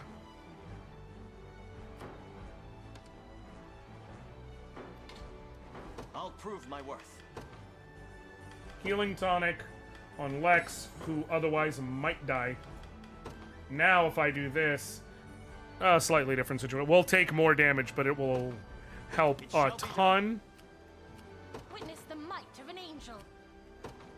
Your will shall be done. Okay, cool. We should be able to do this. Time You go for first. payback.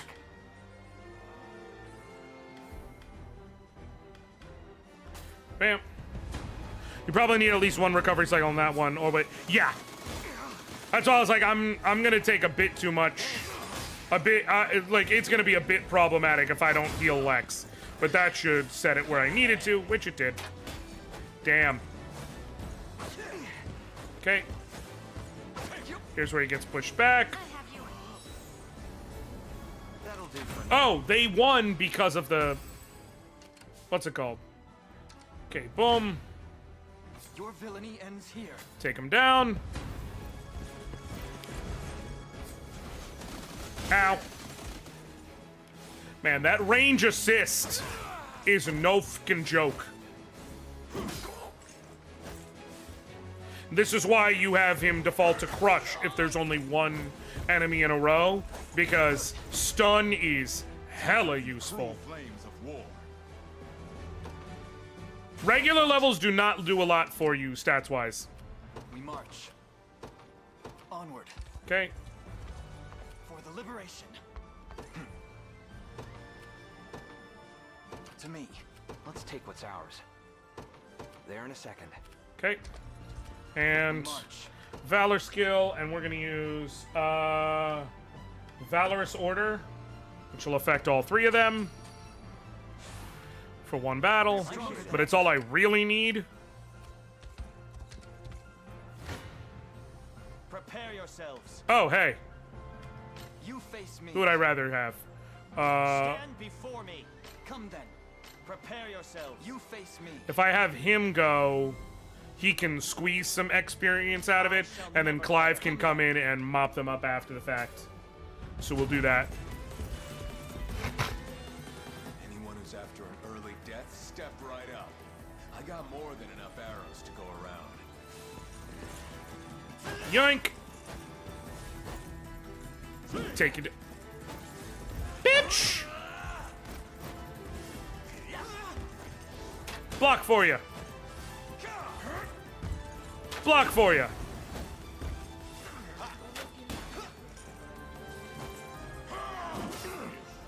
After stream.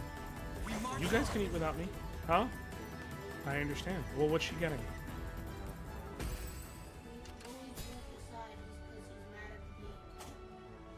Can you send him in here?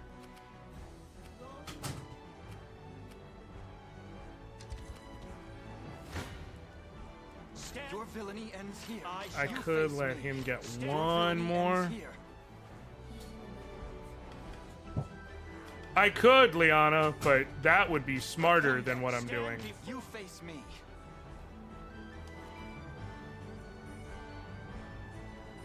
Prepare. Your villainy ends here. I'll let him go, and that'll let the other... He'll get more experience, but that'll let the other unit... That'll let Clive's unit... This one. Joel. Hold on one second, y'all.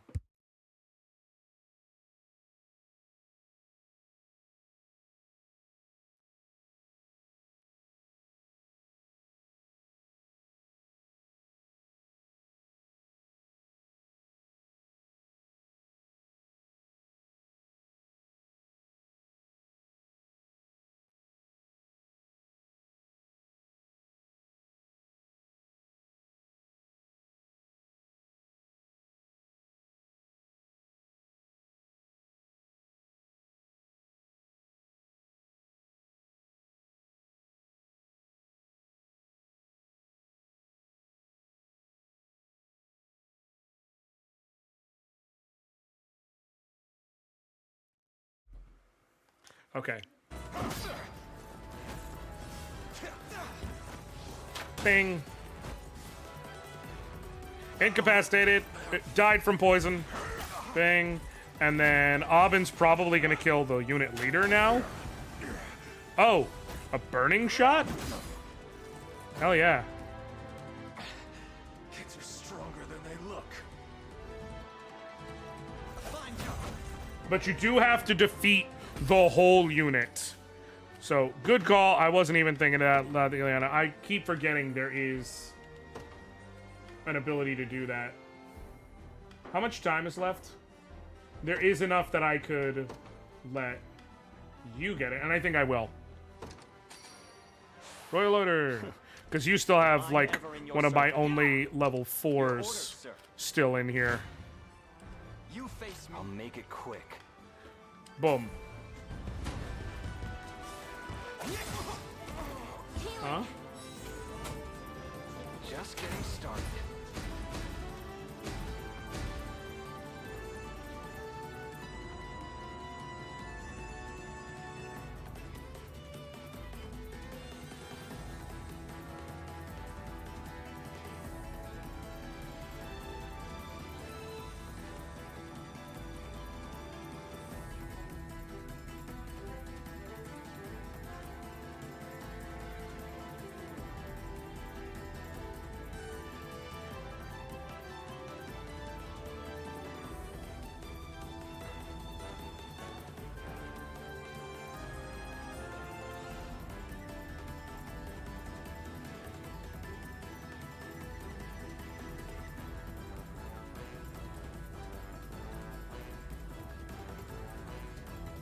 Yeah, I never tried, especially on a boss unit, I never tried using it, but I get it now. There's always more to learn. Take notes, Lex.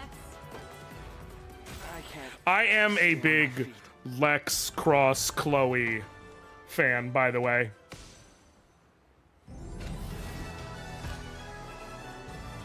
I think those two are adorable together.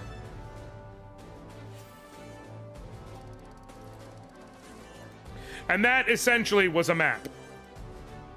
Like, not super, like, that's... Lex Chloe is functionally canon, just like the two lesbians you're about to eat. This game, is there also romance? In the sense of your main character romancing another character? Is that what you mean? If so, I don't know. Like, there may be a canon storyline. You could choose a romance for your main. Okay, well, there you go. There's a mechanic late game. Gotcha. Mercy, please. What would the father do? Oh, please tell me I can recruit. To invoke our Creator's name after pillaging a place of his worship? Listen, it's my buddy's sister. Girl's barely holding on, and he's a lifetime short of the coin a healer will cost. I guess I mean just like that one game with the fighting people who eventually hook up. To quote Lex Luthor, to quote the skull dude from Justice League, do you have any idea how little that narrows it down? What is that guy from? Is that Lex Luthor? No, it's not. Then this old coot comes along, saying he'll fork up a hefty price for some of them divine crystal what's-its. Wasn't long after that, we caught wind of the motherlode they got stashed away here. Well, no ignoring that temptation. This game definitely has some gay-ass supports. It's a Vanillaware game. Of course it does. Oh, it was Batman Beyond. You're right, Caracal. Yeah, Coleslaw, you're thinking of a different thing. The Lex Luthor one you're thinking of is him having taken over the Flash, and he'll be like, now I can at least find out your real identity. And he pulls off the thing, and he goes, I have no idea who this is. Should I get a regular chicken sandwich or a deluxe?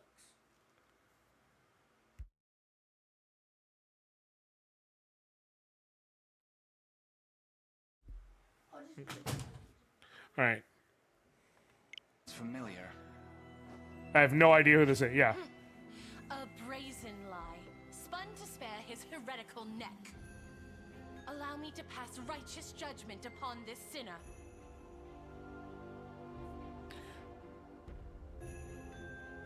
So here's the thing. In a game like this, my gut thought is always on a face character, set him free. It's worth it in the long run. But my only question is, will setting him free make me lose out on her? Okay, that's all you needed to tell me, Liana. Because, like, if this was going to be a choice between Archer or Angel, that's an easy pick. We will not hesitate to slay you where you stand. Spoken like true royalty. I can't thank you enough, your princeship. You would set such a villain loose upon the world. Which all mechanic built around What her. wicked Gotcha. influence has corrupted you, Elaine? Okay, I need y'all to understand. Because it's always my go-to for when I explain to people, yeah, like...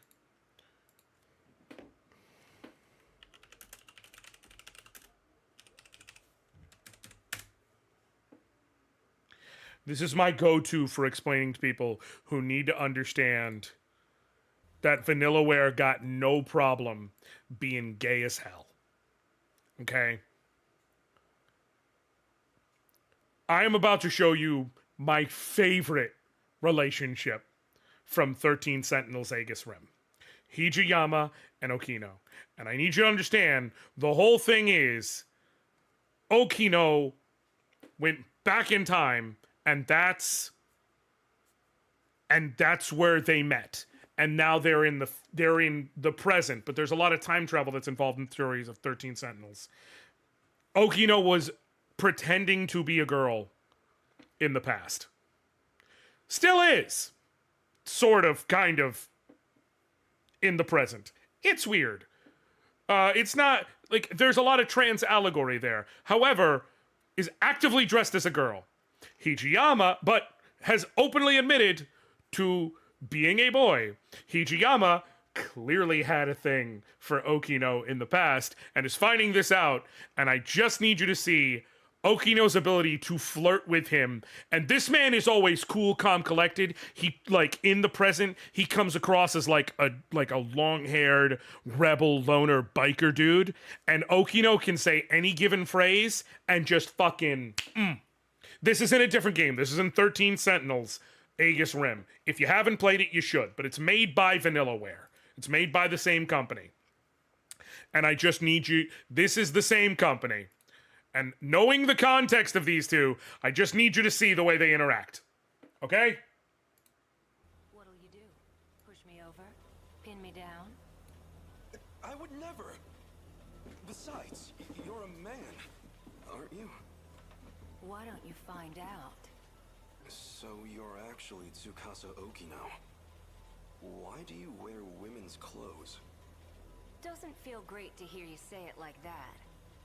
You weren't complaining when you confessed to me. I'm not exactly the picture of masculinity anyway. Let's say some binaries work for me and others don't. So why are you dressed like that now? Because I know you like it. I Yup. like you. Oh, she said that to someone else. What's your problem? Hey, put him up! And he fucking... Oh, jeez. Okay. Don't tell me. You were jealous. Untie me. Okay? I need you to understand. Whoa, whoa. Oh, I see why. I need you to understand, folks. Okay? Okay? Vanillaware got no problem being gay as hell. None! We did go Interstellar for a second. They got no problem being gay as hell. They enjoy that shit, okay? So, just know that, like, if you ask a question with a Vanillaware game, it's like, is there some gay stuff? Yes. The question is when and how much, but it's gonna be there. Sharon. The good sirs of the Liberation told me Oh. everything. I hear you sought their patronage in the hopes of ensuring my safety. You're gonna love Oakley's and shit. You needn't worry, Lady Oakleys. The shards you confided here remain untouched. Oh, these two are 100% girlfriends. I placed you firmly in danger's path without but a thought for your well-being. I am deeply Sleazy, it doesn't look like you have to wait very long. On the contrary, this matter has cleared the doubts from my mind as though they were morning fog. Spending my days here in prayer will do naught to rid this world of the conflict which plagues it. Indeed, if I truly wish glory upon the Creator's lands, I must see it made manifest through my own actions. I would just like to point out, with how close they got to one another, they are, for all my TTRPG friends, literally thirsty sword lesbians. If such is the journey you wish to walk, I will raise no objection. The decision rests with you, kind prince. They're best friends. Grant me the gift of joining the liberation. I assure you, Elaine, there are few finer healers the land over. She would prove a valuable asset. My aunt's best friend. friend. Accept her offer. Of course I'm going to accept her offer. Skilled healers such as yourself are ever in high demand. We would gladly count you among our numbers. Oh, what joy! Such a benevolent show of trust will not go unmet. You have it on my word as a servant to the Almighty. My first real healer, to say.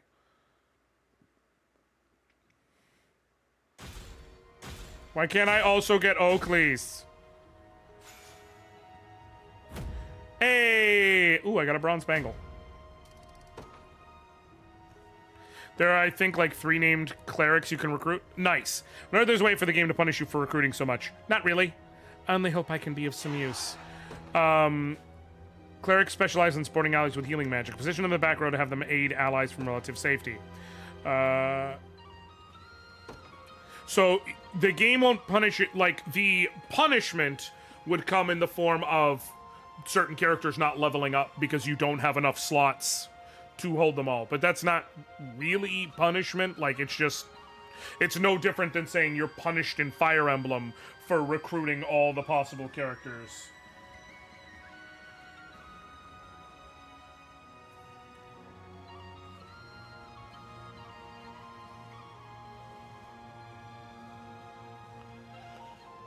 Like, but that's about it. But you don't get, like, there's no innate reason to not get everyone. Rapport conversations icons. An icon will be displayed in Overworld when a rapport conversation becomes available. Press plus to select rapport to see where rapport conversations take place. Okay. Have you come across any divine shards? Oh, that's right, the divine shards thing. Right. You seek them on behalf of the church, yes? Indeed. And to speak the truth, I intend to leave the Heavenswing Knights entirely once I've completed my task. My blade seeks to free those who suffer under Zenoira's reign, and there could be no better place to do so than with the liberation. So, should you ever happen upon any divine shards, I'd appreciate if you'd let me have them. I'd be glad to help. Very well then. I shall hereby open a shop where you can exchange divine shards for sacred items, and the more shards you donate to my cause, the more items I'll be able to offer. Oh, and here, this is for helping me earlier. 3 do of vitality, 3 do of strength, 3 do of protection. Now then, return to me once you've gathered divine shards. If it please you, my shop will always stand open to you. Okay, so is this just a... Bill after delivering... Oh, God. Okay. So I have 8 available to me.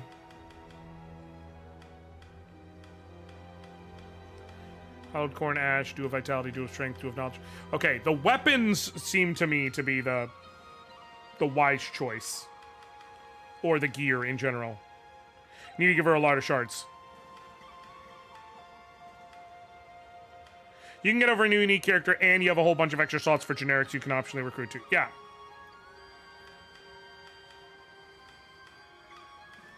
None of them have attacks, though.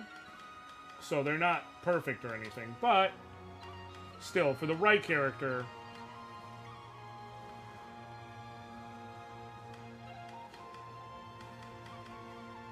definitely is worthwhile, I think.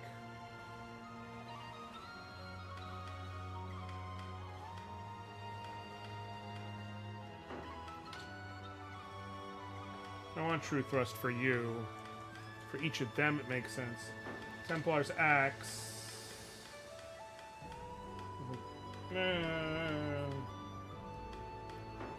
Actually...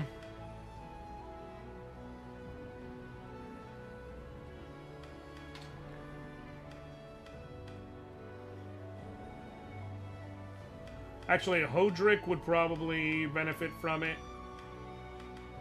And Clyde for obvious reasons. I don't know about these guys. Well, Travis would probably benefit as well. So who of them makes the most sense? I would say Clyde, because I can get 2 of them. Or I actually also have this shit down here. Oh, good. That's what I get for not paying attention.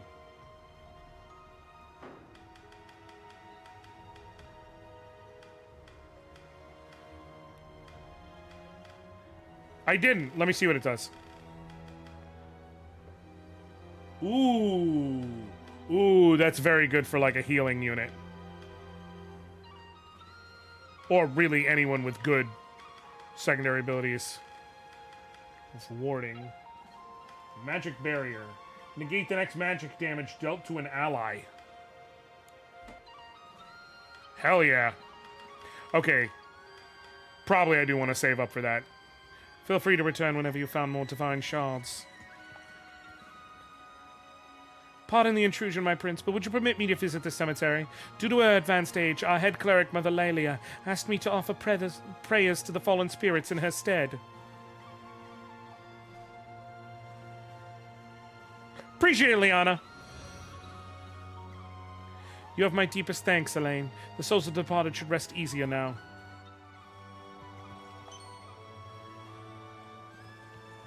Found a divine shard. Okay, now I can come at that town from another angle. Barbatimo belongs to Morden and the Iron Helms now. Turn back if you don't want a spear in your gut.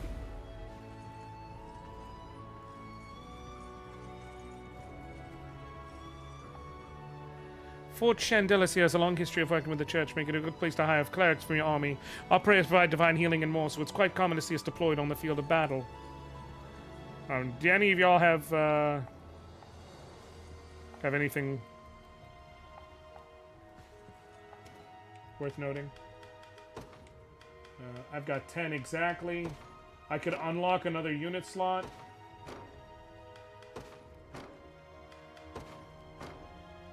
But it doesn't really do anything for me as yet.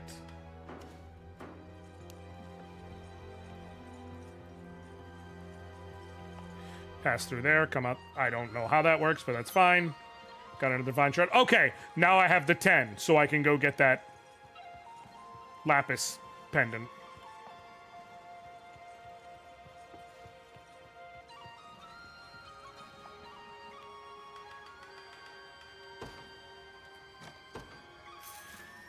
That feels like it's something that's going to be useful essentially forever. Okay. But I'm going to redo my units here, because the thing is, a unit of Joseph, Pamela, and Sharon doesn't make a ton of sense.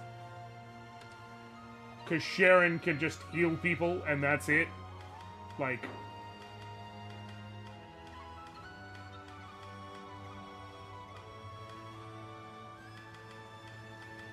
I mean, I guess it's basically impossible to hurt this unit, so it's like a perfect base defense unit. But I want to actually use them.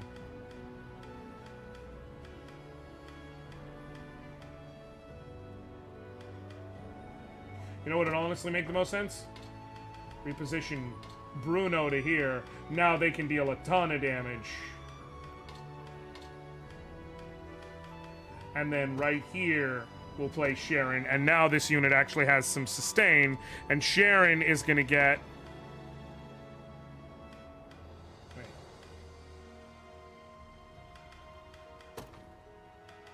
The Lapis Pendant. No. Not the gauntlets. What?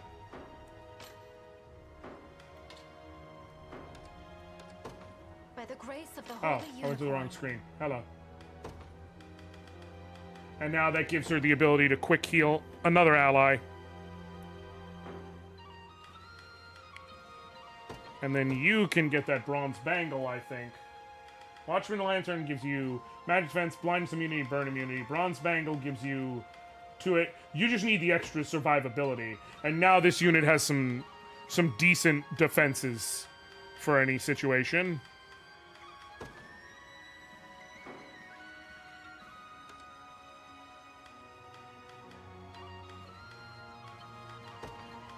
And then for the blindness and burn immunities on you, since you're probably decently susceptible to those effects.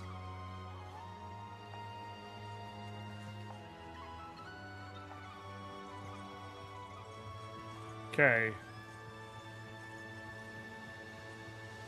There's just a lot to this game, y'all. There's a lot, and you start exploring and you start messing around. What do you got in the armor?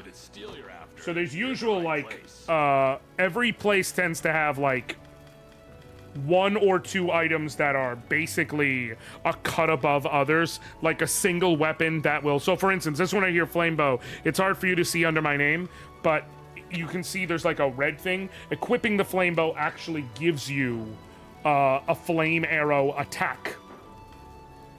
Hallowed Mace gives re-heal. Heal 10% HP when using active skill.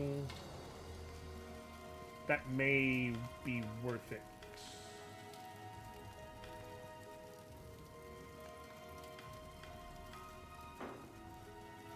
In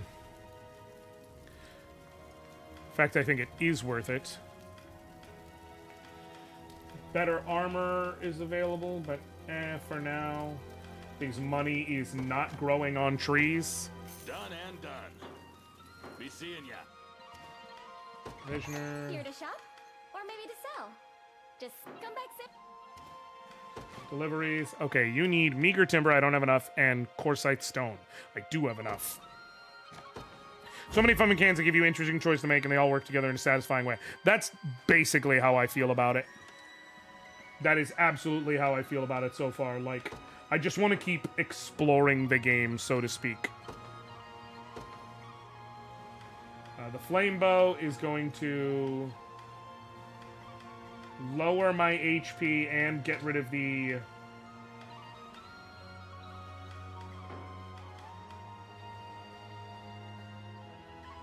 But it'll give me a flame shot, so that would allow me to inflict burning on an enemy. And this is just literally always the better thing. It's the same thing as that, but now it also inflicts burn.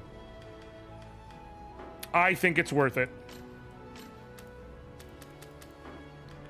And then over here, give you the Hallowed Mace. So you'll, now between the two of them, you'll start the battle with re-heal. And then you'll also be able to quick heal. And your regular heal will also be stronger. So that's worthwhile to me for the effort to, you know, effect ratio, if you will. For lack of a better way of putting it. Isn't there something over here or no? No, I already checked that out. Okay. Quest log.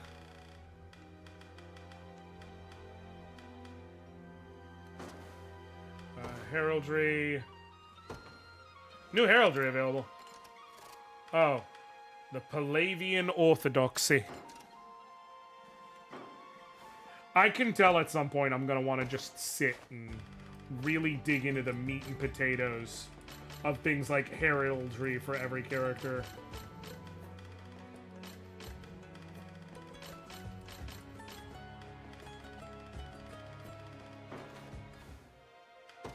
Class registry.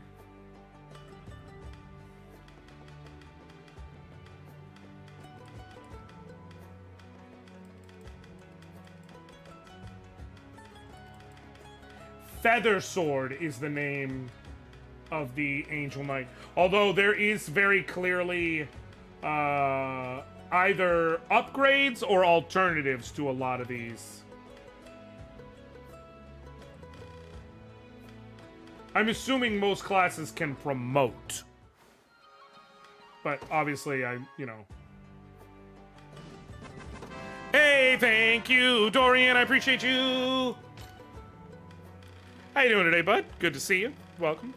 If either goes ahead and so ahead, the ones that offer you sparring matches, if you can one-shot them, you get money for doing it the first time. Ooh, I did not know that.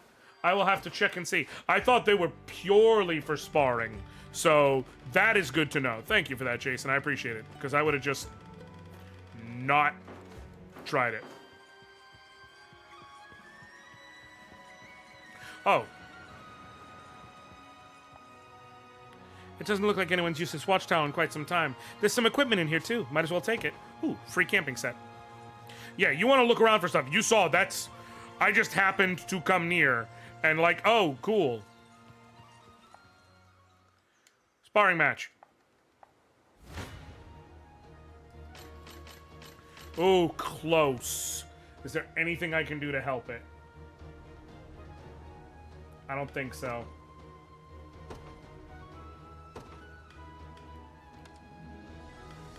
Like, just out of curiosity, no. Close, but no cigar. On the kill shot on that one. What about you?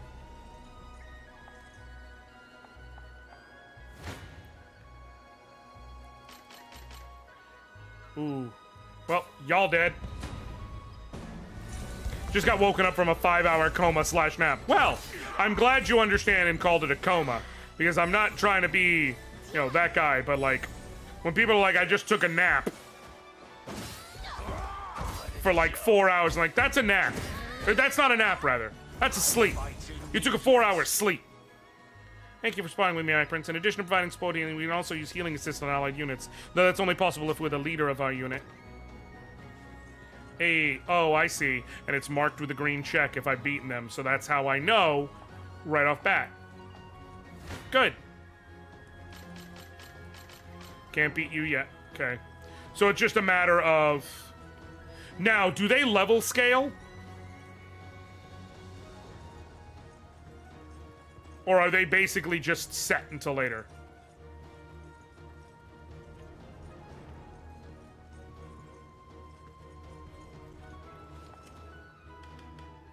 Liveries.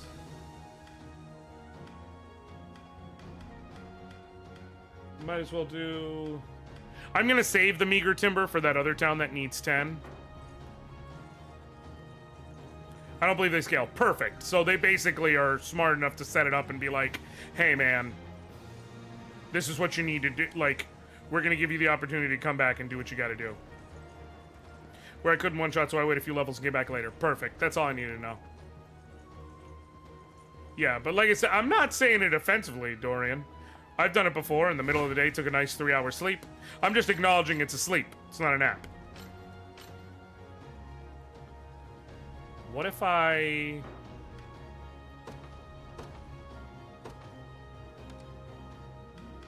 swap these two? Dang it, I was hoping it would matter. I'm so close. What if I give...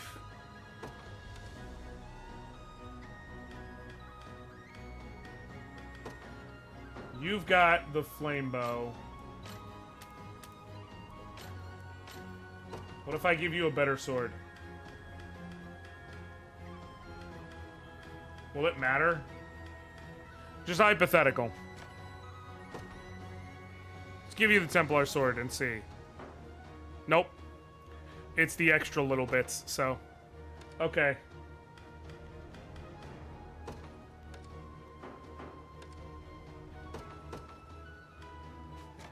Give him back that Templar sword. Okay. There won't... Yeah, like I said, it's not a shot at all. Just trust me. There are, I've taken many, many fun little sleeps in my life. Bing. It does give me so many... That's the problem. It's a good ADHD game. It's also a terrible ADHD game. Nothing but gratitude. So now the town is rebuilt, which gives us some renown. it also gives us the option for more deliveries, but more importantly, now we can station a guard here. So, extra monies!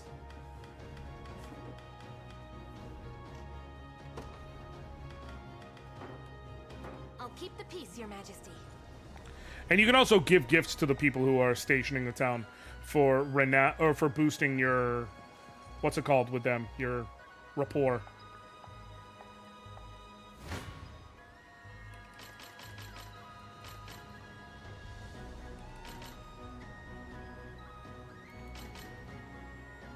Y'all got this. It's a good, bad ADHD game. It's exactly why it's currently showing it to my husband. 100%, Dorian. It's great if you've got ADHD, in as much as there's so much to do you can't get bored. It's terrible if you've got ADHD, in as much as, ooh, shiny, ooh, shiny, ooh, shiny. Seems we've done it. Hey, $2,000.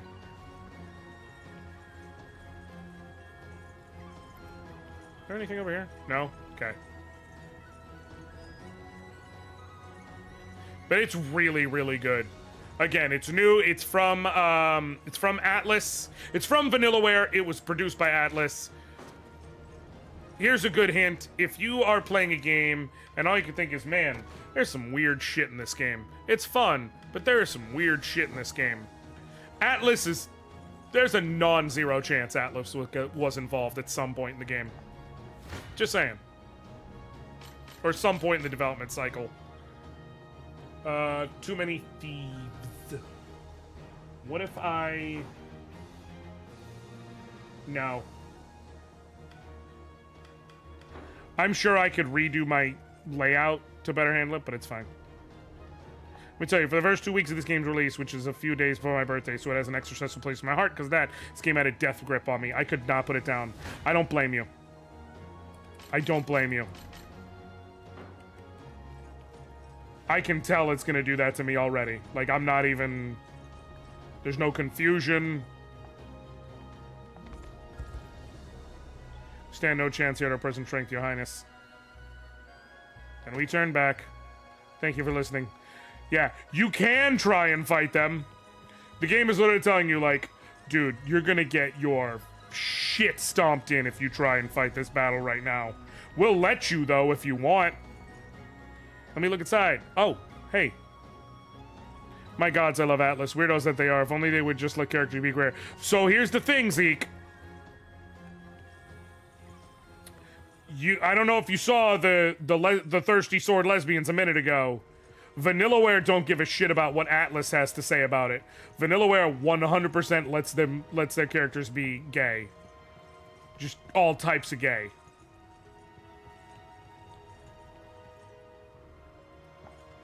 I need to find a bridge builder. Okay. Let's go check. Let's go deal with the witch.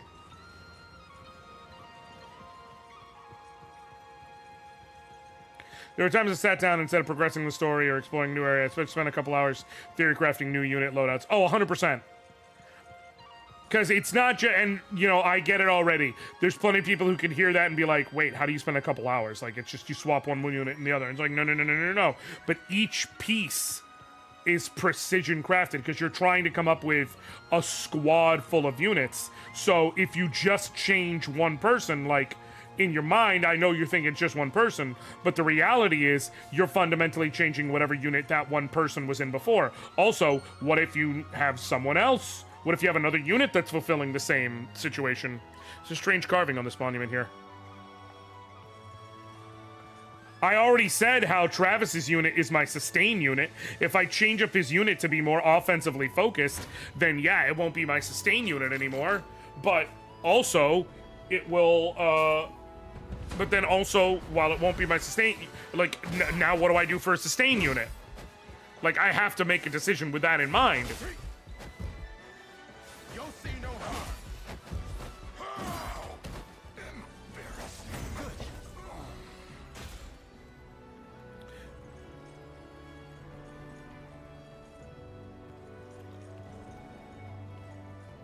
And it's beyond just the one, you know, and generally you're swapping a character from one unit into another unit. Well, if I do that, then now we're in a situation where it's like, okay, but then I affected the other unit. I need my whole army to be good, not just one unit. So everything builds on top of itself.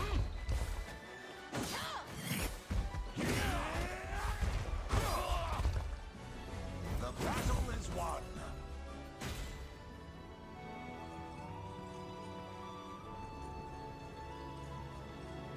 Fuck around pops up, moves to push. Prom, are you sure you want to find out? Right, that's literally it. It's like, hey man, we'll let you do this fight. Probably shouldn't though. Probably shouldn't. Probably don't do this fight though. But like you can if you want. Like if you, this is an amount of smoke we will let you have, but we can assure you it is an amount of smoke you do not want. Like, don't do it, dude. Just don't do it. Do something else. Just do another thing. Not this thing. Because this thing will whoop your ass. This little brat, what you doing out here?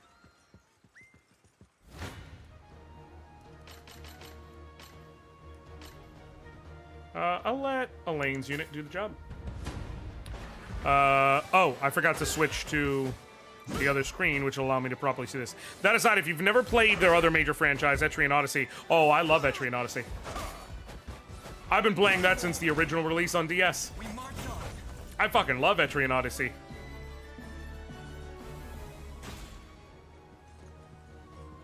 There's a very specific instance of this, are you really sure you want to do this, that shows up relatively soon in the game. Yeah, no, I fucking love Etrian Odyssey. Etrian Odyssey's the good shit. It made me nostalgic for like playing D&D as a kid. The just sitting down and mapping out levels as I did it. It made me feel like I was playing like Eye of the Beholder on my PC as a kid.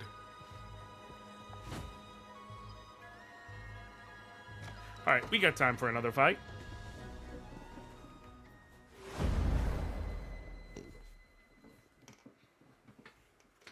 Captain Beaumont, sir. Is that Gusto I hear? I take it that means you've unearthed the old hag. I cannot deal with his face. No, sir. We corralled every last crone in the swamp, but none seem to match the description. Etrian Odyssey did a great job taking the old school dungeon crawlers and modernizing them. Yup. And never forget, okay? Never forget.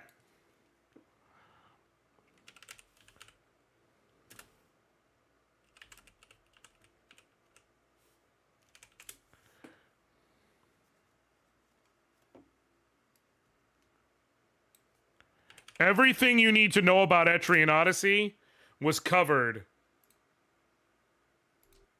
by Sungwon Cho. Okay? More on-time deliveries. Hold on. Now, I would like to point out, this video is specifically about Etrian Odyssey, and that's because he got an offer to... He got sponsored by Etrian Odyssey to make it.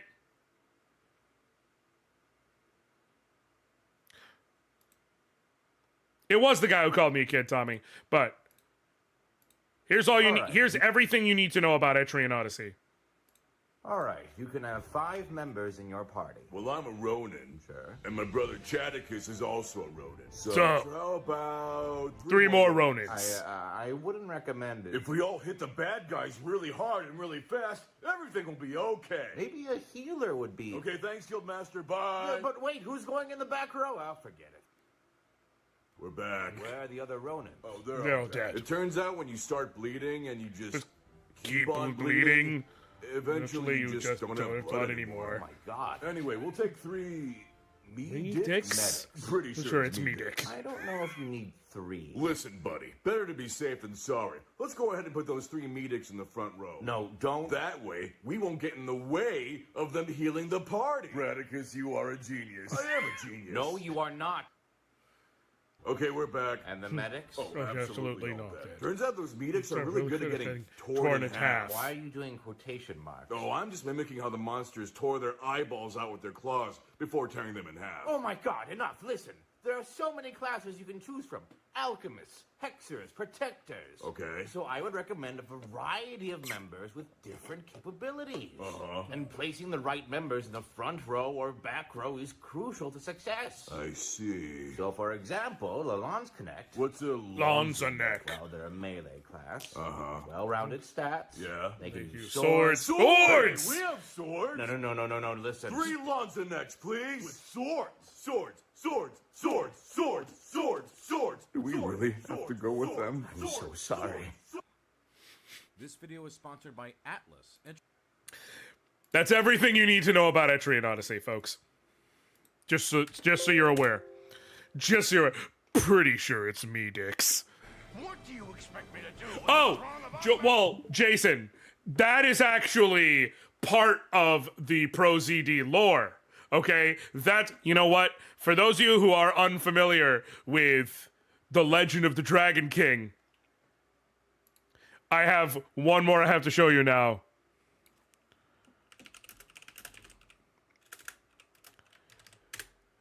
Okay, but this is all you need to know as to why there was the pink gun at the end of the sword.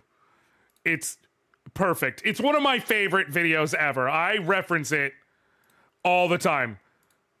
Thank you for recruiting me, Dennis. My name is Gunther. I specialize in archery. Lysander Roth is my brother, and he killed everyone in my village, and I will not stop until I get revenge. Okay, cool. Who are you? I'm Sexica. I fight with a sword and also my breasts. Yeah, we're talking. I wasn't done with my backstory. My name's Bradicus. My nunchuck is a knife on it, and also a gun. And I'm very cool. Hell yeah, Bradicus! Where did these people even come from? Why did you do it, Lysander Roth? Why did you shoot everyone in the village? To test the limit of my ability. Guys, I feel like I should be in the party for this one. Not now, Gumby. It's Gunther. If only my little brother Gunther could see me now. Well, he just said my name. This is like my whole storyline. I would show him the true potential of my power. I think I have dialogue for this part. Go for it, please. Do you really need both Bradicus and Chaticus in your party? Dude, Chaticus is awesome. My sword is a gun on it. I'm Lysander Roth's brother. And I'm very cool. Are you kidding? I don't know who I'm fighting. This video is sponsored by... So now you know why the sword has a gun on it. You are now fully caught up on the storyline.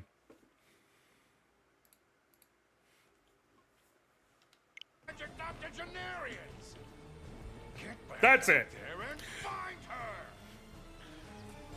Well, about that, sir.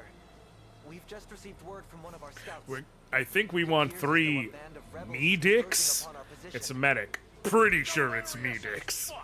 What could they possibly want with a place as disgusting as this? I like this. I don't like this dude, but I like this dude. I think you all know what I mean by that. No, we stay composed. Consider our options. Yes, this could be just the chance at glory I've always wanted. Ooh. That's not Pro ZD at all, but I wouldn't be shocked if he was in this game. That's not the swamp air, sir. The most powerful witch in all the land, and it's but a matter of time until she's ours. Add a hair of rebel squashing to the mix, and you may just find yourself reporting to General Beaumont before long. Nay, I'll not hear another word about reinforcements. We sweep up these horse droppings. He's in it, but he did like a selection of additional voices. Right, that's what I'm saying. I hate him, but I like him. As you can see, the hamlet is divided into 2 smaller communities, each boasting a bustling little population. Okay. By the way, have you noticed the enemies carrying those massive shields? They might not flinch before a bit of steel, but cast magic their way and they'll crumble at your feet. I'd be glad to prove it if you let me handle them. Can I please undo your party and put you in one of my unit? Not like us became... Yup! Caracal, the best part? It took that... Right, best single day rap song. It took that record from Drake.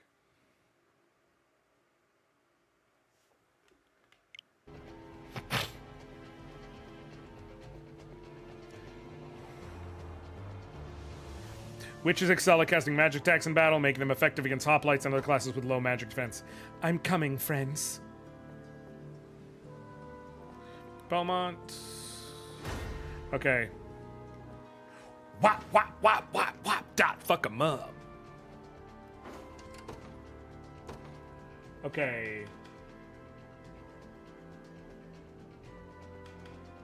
I'm gonna put out 565, 766, 554. Okay. I ride for Cornea. What shall I do? Oh, Jesus. How do you... I don't want to deal with this at all. Okay. Pretty clear that if I don't want to deal with bullshit, I'm going to have to send her first. I'll prove my worth. Deploy Elaine's unit. The day will be ours. The time is at hand. And deploy Travis's unit. No surprise there. I'll prove my worth. You are going to take on maybe the House Carl, but I'll do this for now. No! She's taking care of it. Alright, let's see this. Josh, you ever play Phantom Brave? I've never played it. I'm familiar with it. I've heard of it. Oh, they got the hip sway. They got the hip sway. That's how you know it's serious.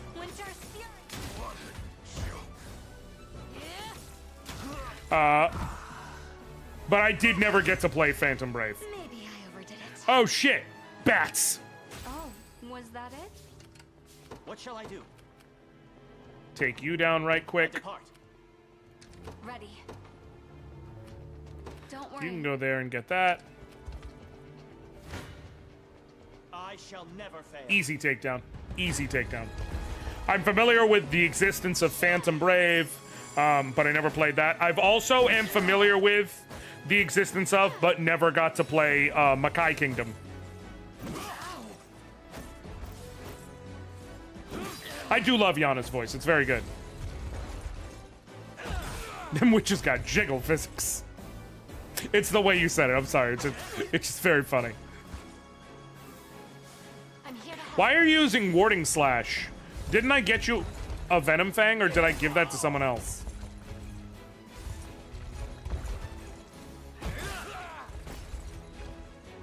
A flawless victory. Them thanks. Thank him. 'Twas fate which brought us here. I did. I don't know why I set that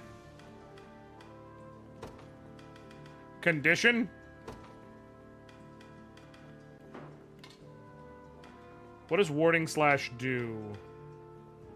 Grants plus 20% physical defense. I need to get rid of that entirely. Do this, and condition is... Own condition... Can I... That's the problem, is... If I could set it as user is debuffed specifically in terms of defense. But I want him to use Poison Slash, so... I'll just do that. Okay. I'll prove my worth. Gonna walk the encampment, I'll listen to you on my data. I appreciate it. I'll show you what a witch can do. It'll be done.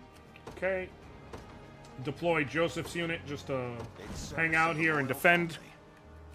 We march. Elaine. This is annoying. I'm gonna have to take on at least one of them. The path is set. Wait. Time is at hand. Onward. What shall I do? For now, hold on. Travis's unit, you're gonna come here to show some support, but like... Won't take long. I'm here, Your Highness.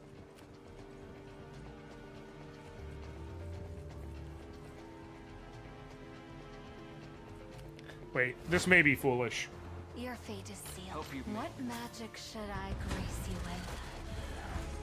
So the poison does nothing if the enemy doesn't have an action left to use. Oh, that's a good point. I didn't think about that. Damn, you jumped in the way just to die, bro, and then your pal still died. I have plenty more where that came from. Damn, that sucks. What is your...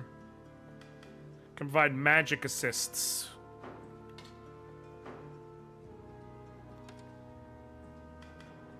For allied units. Let's take I feel like I've actually screwed up by sending him this way. I should send him this way. And send Clive this way because I want him to level up more. I depart. These obstacles will likely provide a hindrance to our advance. What's up?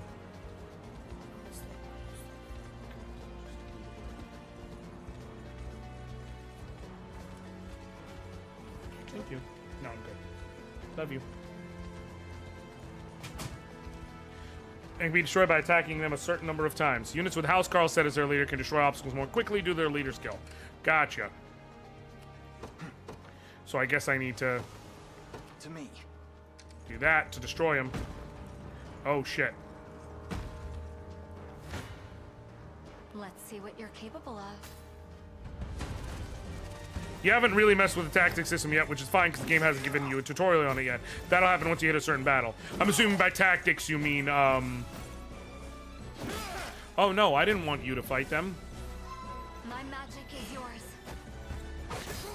I'm assuming by tactics you mean, like, the conditions for using attacks and shit. But a big part of spending hours just remaking my units involves, customizing those conditions. Yeah. Oh, was that it? Simply say the word.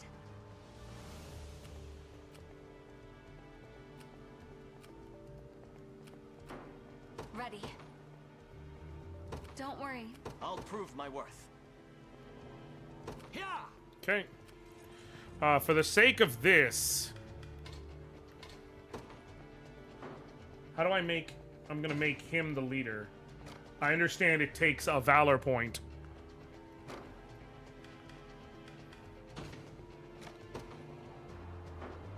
What do you need? But it'll let me crash through this shit a lot simpler. Sure. There we go. Ready to move. Heading there now. Yeah? There That... I'm ever in your service. Damn it, I never got the item. I'll show you what a witch can do. I'll not fail you. Let me get this real quick. Very well. Okay. No. Take him down. Okay. Ow! Yeah, I didn't even realize. Just straight up missed that shit. I love this unit just because the fact that, like, it feels like such a solid, like, yeah, this is a standard unit. Because each one of the guard effects decrease the damage taken by whoever jumps in to do the guard. So it's like, yeah, this is what teamwork is supposed to be. Yep. Let's take what's ours.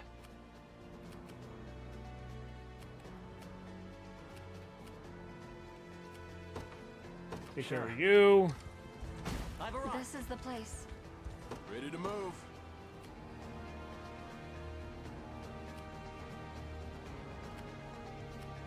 Might as well take care of that last barricade for fun. What shall I do? I depart. Okay. Okay. Prepare yourselves. Your fate is sealed. Stand before. What? Are they super dodgy? Is that the problem? What math? Let's see what you're... Stand before me.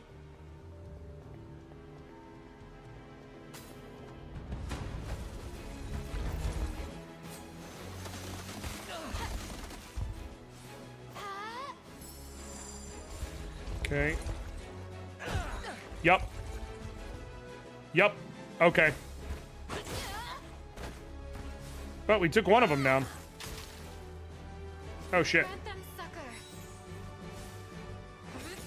Cool. And then she just comes and does her normal heal right over it. Well, we'll slowly take him down that way. I'm ever in your service.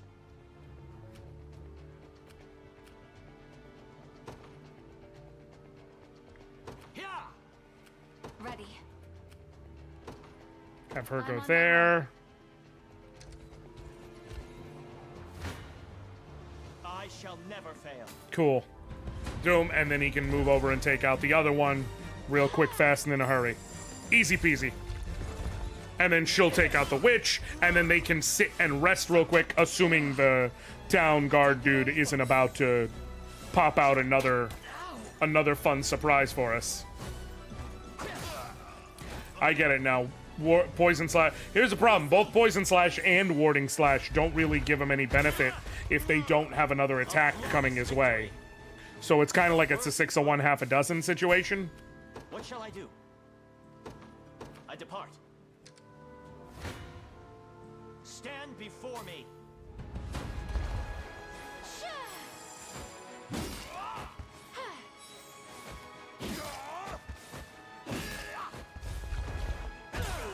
Okay.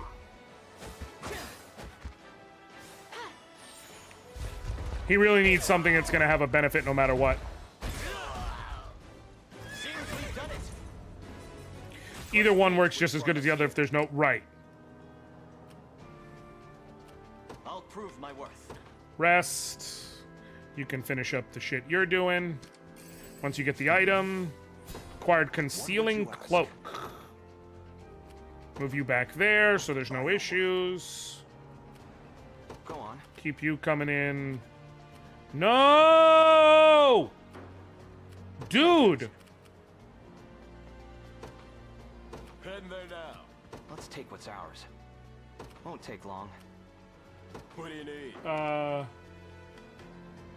Go back to making you the leader.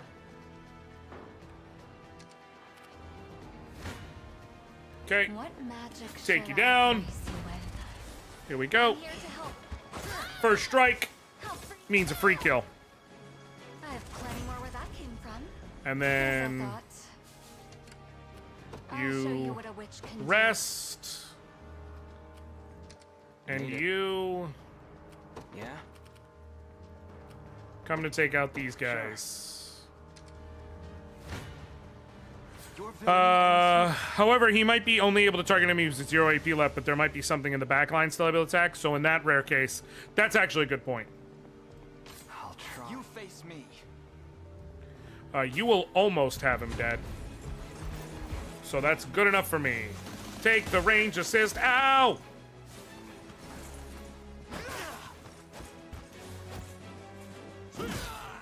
Take him down. How am I not taking you out? Oh, because you're gonna first aid after the sting. Oh, you missed. Got it. I thought it was gonna be first aid after the sting, survive enough that parting blow can't do it, but nope.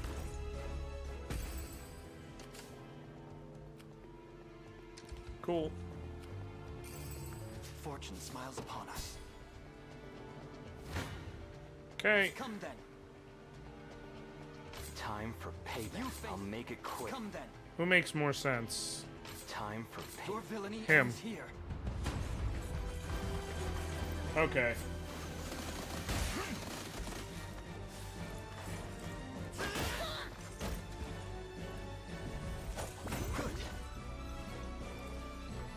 Hey! Victory grows ever closer. More rapport shit.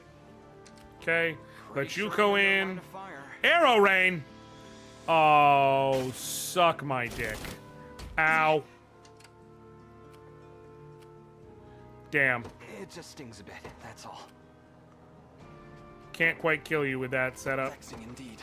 Also can't quite kill you. This is nothing. I need to heal. Revival Orb on Travis. Which is enough that now I should be able to get the... Nope. Can't. But I'm overall not dying, so There in a Cool. second. 'Tis merely a bit of pain. Vexing indeed.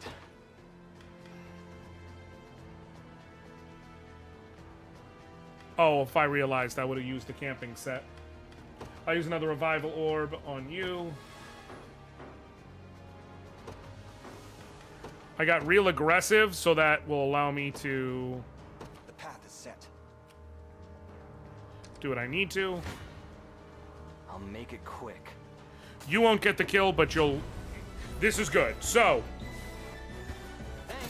How embarrassing.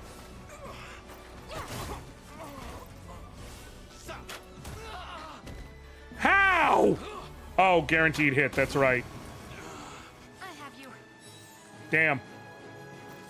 If I had realized, I wouldn't have thrown Travis in the way there. We march. To me. As expected. Okay. You face me. How are you healing so much? That can't all come from your one sword strike, can it? Why does it double heal? I did. I completely did.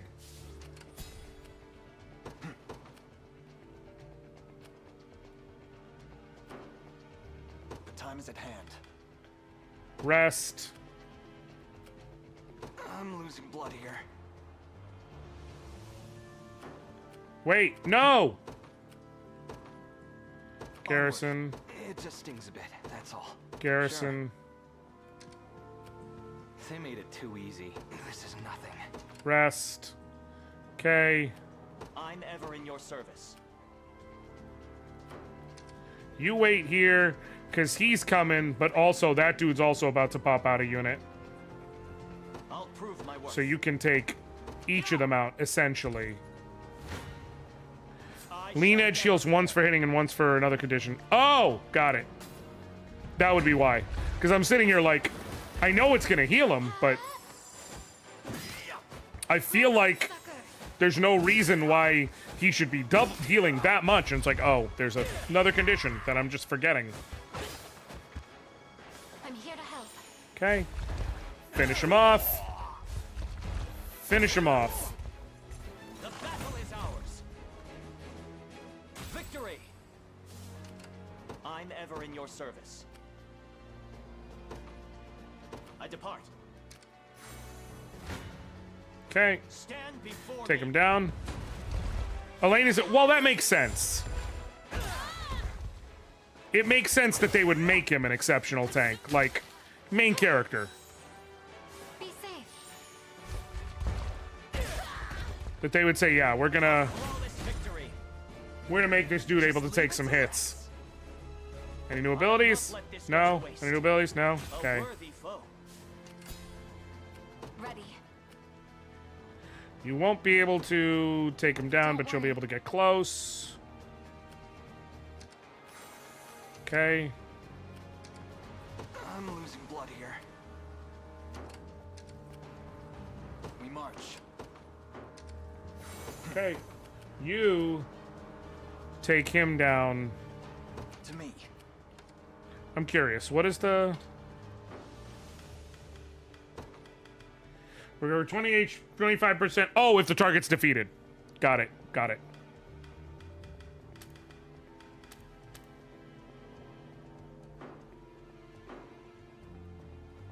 They're after me.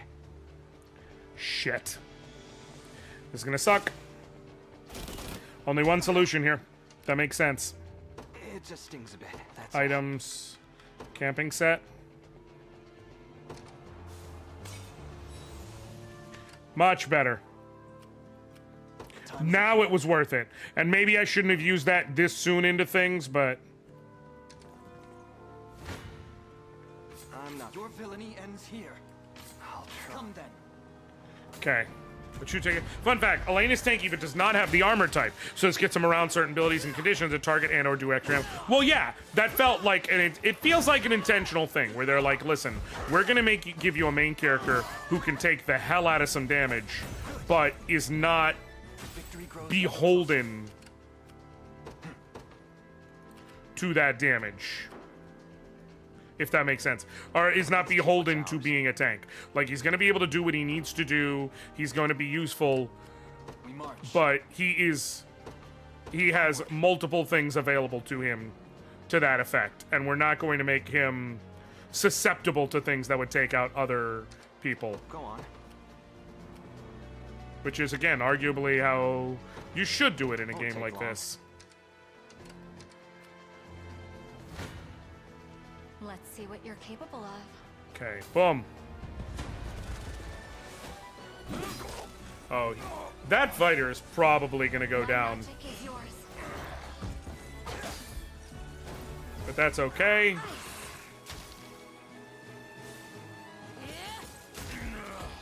Okay. Oh, he didn't. Maybe? Oh. He's low, though. But... I'll show you what a witch can do. Can you get the kill? No. Do you have any valor skills that'll help?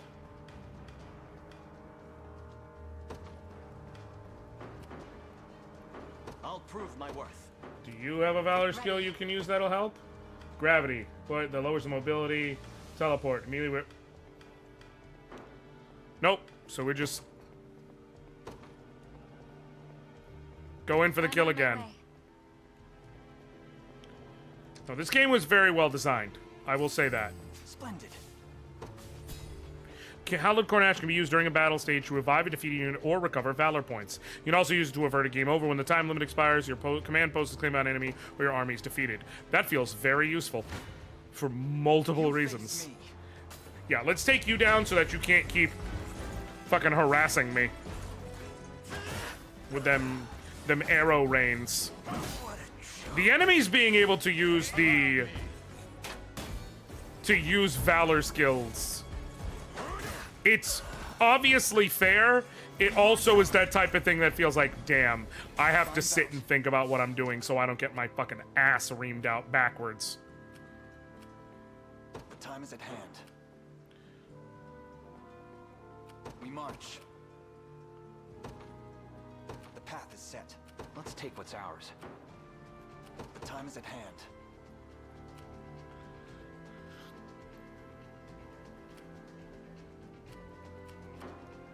You'll have to get into 2 fights, but that's fine. Time for payback. Do. Hey! Nope. Nope. House Carls are not going to have enough accuracy to land hits on him. Anything even remotely close to reliably.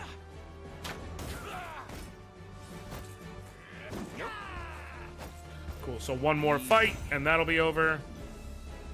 Some maps later in the game are deviously designed. Oh, I'm sure. Like, I'm sure some of them were literally, like, they went down to the actual map was designed primarily based on what can we do to the player here using skills and shit.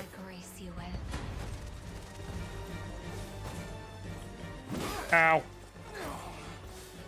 So as long as we can take them down first, nice.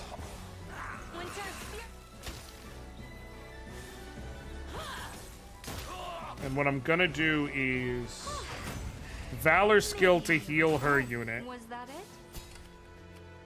What shall I do? Heal her unit. Thank you. Okay. I'll show you what a witch can You garrison there, and you just run over here, I guess. It shall be done. You can take them out. You've made your peace. I'll take that. Okay.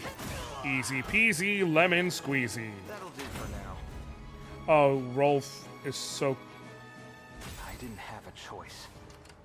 I think you sit here and wait. We march. You do that. So that's super fast.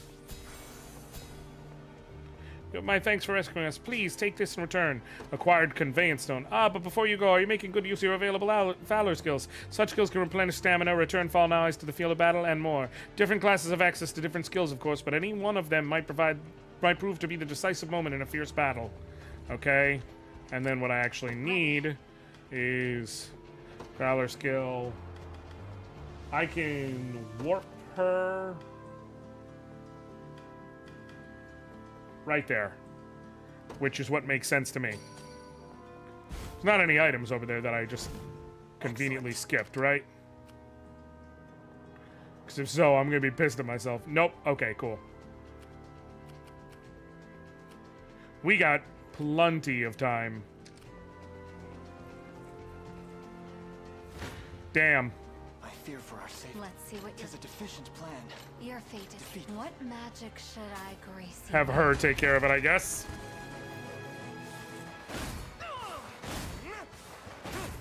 Ow, ow, ow. I'm here to help. Ice. Not quite strong enough for the second one. Where that came from. I'll show you what a Okay. witch can do.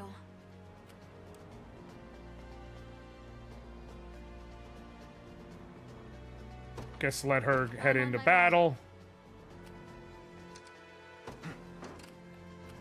Ready. There. There. Set the relay point. Take care of him. We march. I'm here, Your Highness.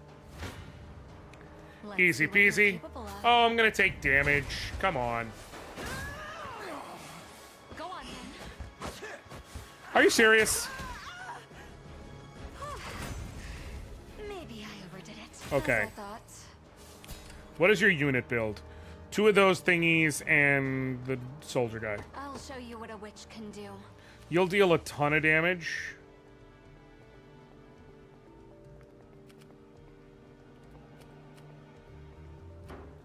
I'm ever in your service. You'll deal barely any damage.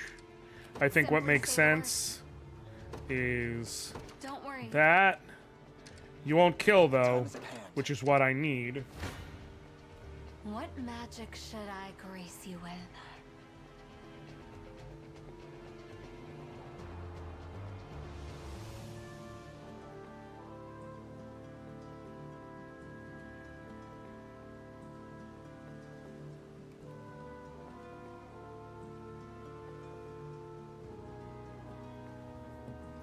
Okay. Time for Let's see what you're Definitely capable her. of. Let her initiate first contact here. As far as stepping stones go, it seems this one is only fit to dirty my beautiful feet. God damn it. So you're the man responsible Yeah. for this. For example, right here. Yeah, they design it for you to be like, go do that, and then boom. Oh, the swamp hides more witches yet. You don't Which thankfully worked out to what I already planned for. I suppose it can't hurt to take you in anyway.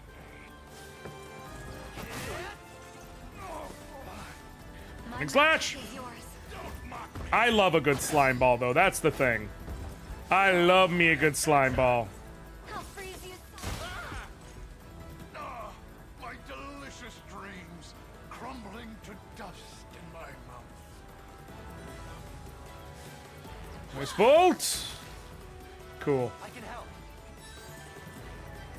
I'll Okay. not let youth outstrip me. Okay. Now you won't get the kill, but will deal some damage overall. I'm trying to see if I can get Sharon a level up real quick. So that then, because she's the only level 4 left in my army. So, if I can get her to level 5 real quick, Prepare yourselves. that would be nice.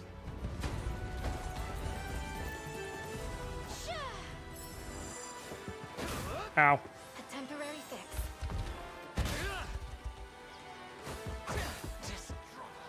I'm here to help. Okay. But then he gets first aid. Seems we've done it. Okay, one more for her. For her sake, I should say. What magic? I shall never fail. She'll level up off of this.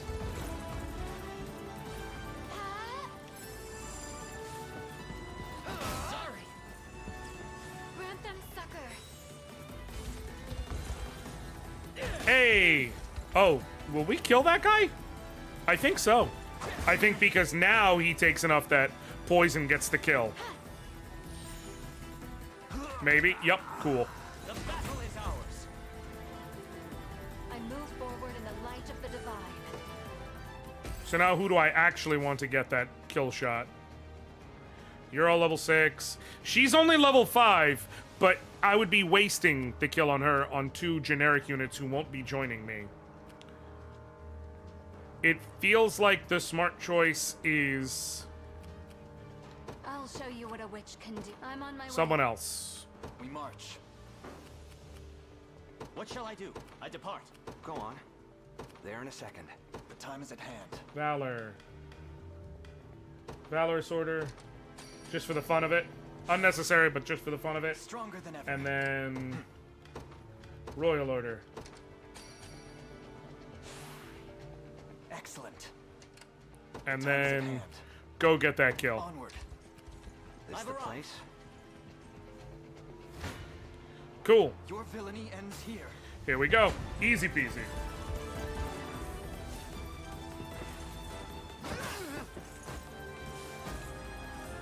Boom! Yeah, now that I see how much of a boost it is. I've much room to improve. Hell yeah. Never healed. Never doubt a desert kid. Well fought. Azure Crest Great Shield. Oh, that's gonna go to Hodrick for sure.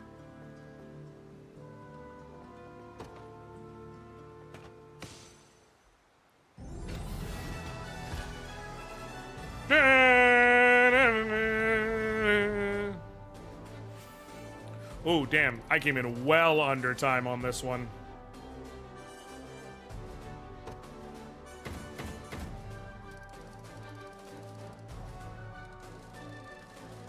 Part of me wishes that they would give me, like, a ranking for the level itself.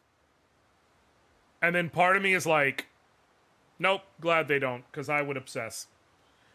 Thank you both. I never could have restored peace to the hamlet without you. And what of your elder? Is she unharmed? Well, perhaps it's better if I just introduce you. You too, Hodrick. I would never decline such an offer, my lady. But what reason could you possibly have for asking me to join? You'll see soon enough. Now, come along.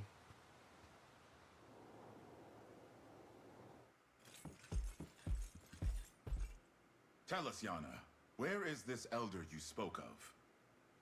Still haven't caught on. You always were the most naive pup in the litter, my little Hodrick. That name. But nobody calls me that except the court sorceress herself. No, I won't believe it. When I was a boy, you were already... how should I put this? Aged. Decrepit, old, antique.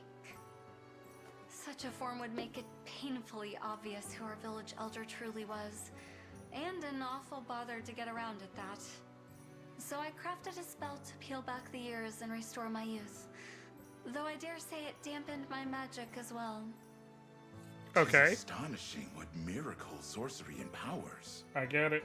It's one of the most prized I get techniques it, my master Jason. taught me, and not a feat I for the absolutely weak of get heart, it. mind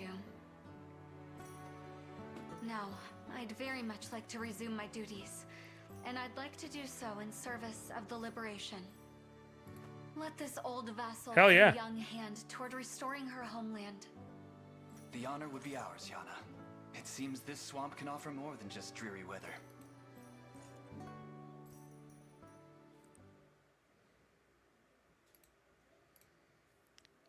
Why does she dress like that? Because she can. The draft of defeat is a bitter one indeed. I'm an old lady, but I dress like a hot stripper. Because she can. Beaumont, sir? It's all over, lad. I'll be tarred, feathered, and paraded through the streets like a mustachioed chicken for this. Sir? Where are you going? I refuse to play their farmstead foul. There's one last Huh? haven that may offer us protection, His name is not McNugget. but it's far. His name is Calypso. Very, very far. Huh? Do you have the pluck to make Okay. this trek with me? As I breathe and eat, sir, I'll follow you to the ends of Okay. the earth and back. Oh, that's right. I got to renew my registration on my car. Then we depart without a moment's I got to delay. do that on Monday.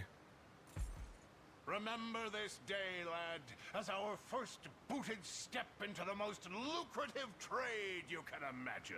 Something tells me this isn't the last I see of Beaumont.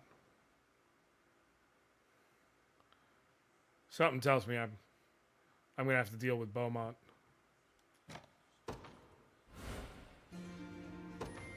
Is Beaumont gonna be this game's name days?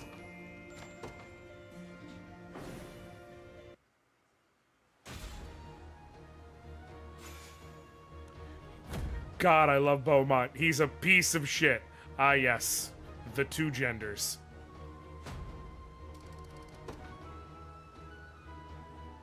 I won't spot. I place my trust in you, Prince Elaine. By using Magic Conferral, the witch can make the Lord's lean edge also deal magic damage. All this progress, yet Scarlet still remains in grave danger. I won't spoil anything, but he's a piece of shit. Exactly what we need. All that worrying's gonna kill you one of these days. Let me guess. It's about Scarlet? I couldn't pretend otherwise. You'd sniff out the lie before it scares past my lips. It's been some time now since she was abducted, and all I've been able to put forth are vague prayers for her safety. That is rough. You've done plenty. Look, I know how bad you want her back, but we're gonna need more people if we want a real shot at it. Does Elaine have his shoulders exposed, or is that metal? I think he's not wearing pauldrons. And if so, fucking good on you, bro. Besides, Renault's the last thing we've got to worry about right now. We're getting there. That's rough, buddy. You're getting there, even though you're real good at not seeing it. He does have his shoulders exposed. Yes, like a man. Please. There's only one way we're saving Scarlet, and that's together. But we will save her. I'd bet my life on it. The goddamn woke mob wants men to be covered in armor because they want us to be weak and fragile. But I'm not gonna fall for it, y'all. What we actually need, if you want men to be strong and in control of everything, is we need to have men have shoulders exposed.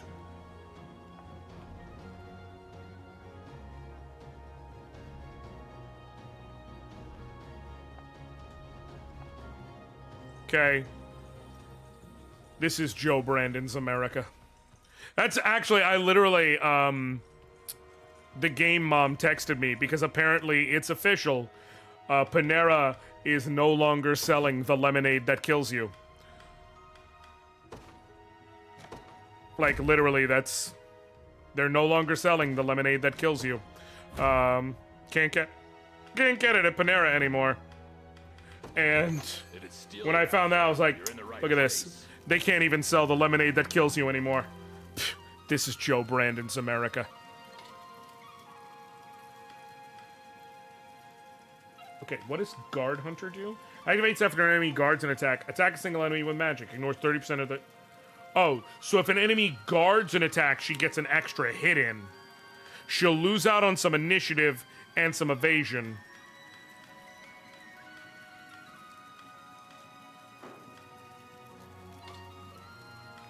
Goes to either of them.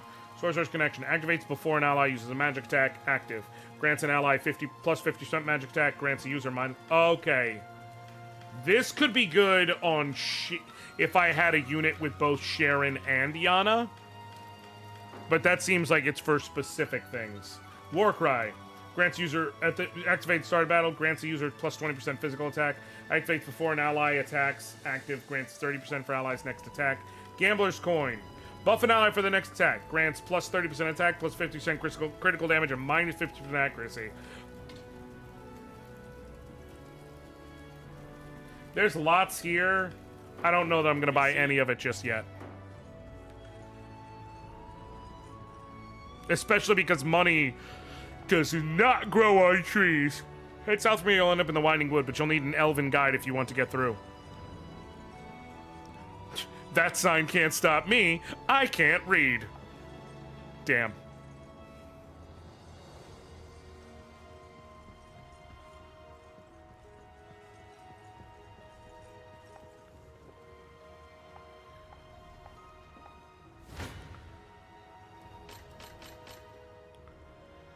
Nope. No killing you yet.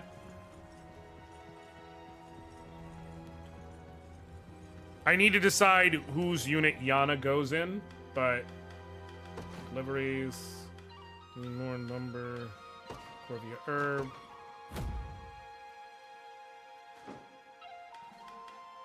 Can't station a guard yet. What do you got for stuff? Sorcerer's Medallion, magic attack plus plus 10, plus 2, plus 10%, critical rate plus 10%. So this obviously is supposed to be given to Yana and just make her go hard in the paint with attacks. Runic Spear, magic attack, attack a single enemy. So Runic Spear allows you to essentially convert one character's attack from physical to magical. That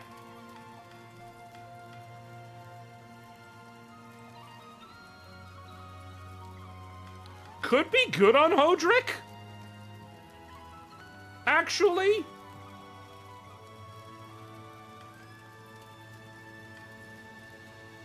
could be really good on Hodrick. He'd lose out on 3 HP, and he would lose out on... He'd lose out on 3 HP and a 20% experience boost. But he would actually overall deal more damage with his attacks, and he would get a slight magic defense boost. Don't make me create a burner account on Twitter and go off into anti-woke tirades. Just no hopes of you seeing one in Kefka posts. Oh, listen, don't worry. The Kefka posts shall continue. You don't have to worry about those going away. I kinda want to get the Runic Spear for Hodrick. That feels like a...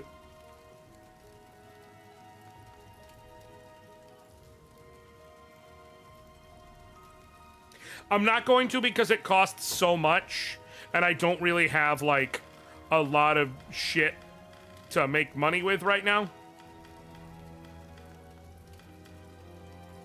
Plus, heal 10% HP when you use that. Okay, that goes on Sharon, obviously. I don't know why I didn't give that to her.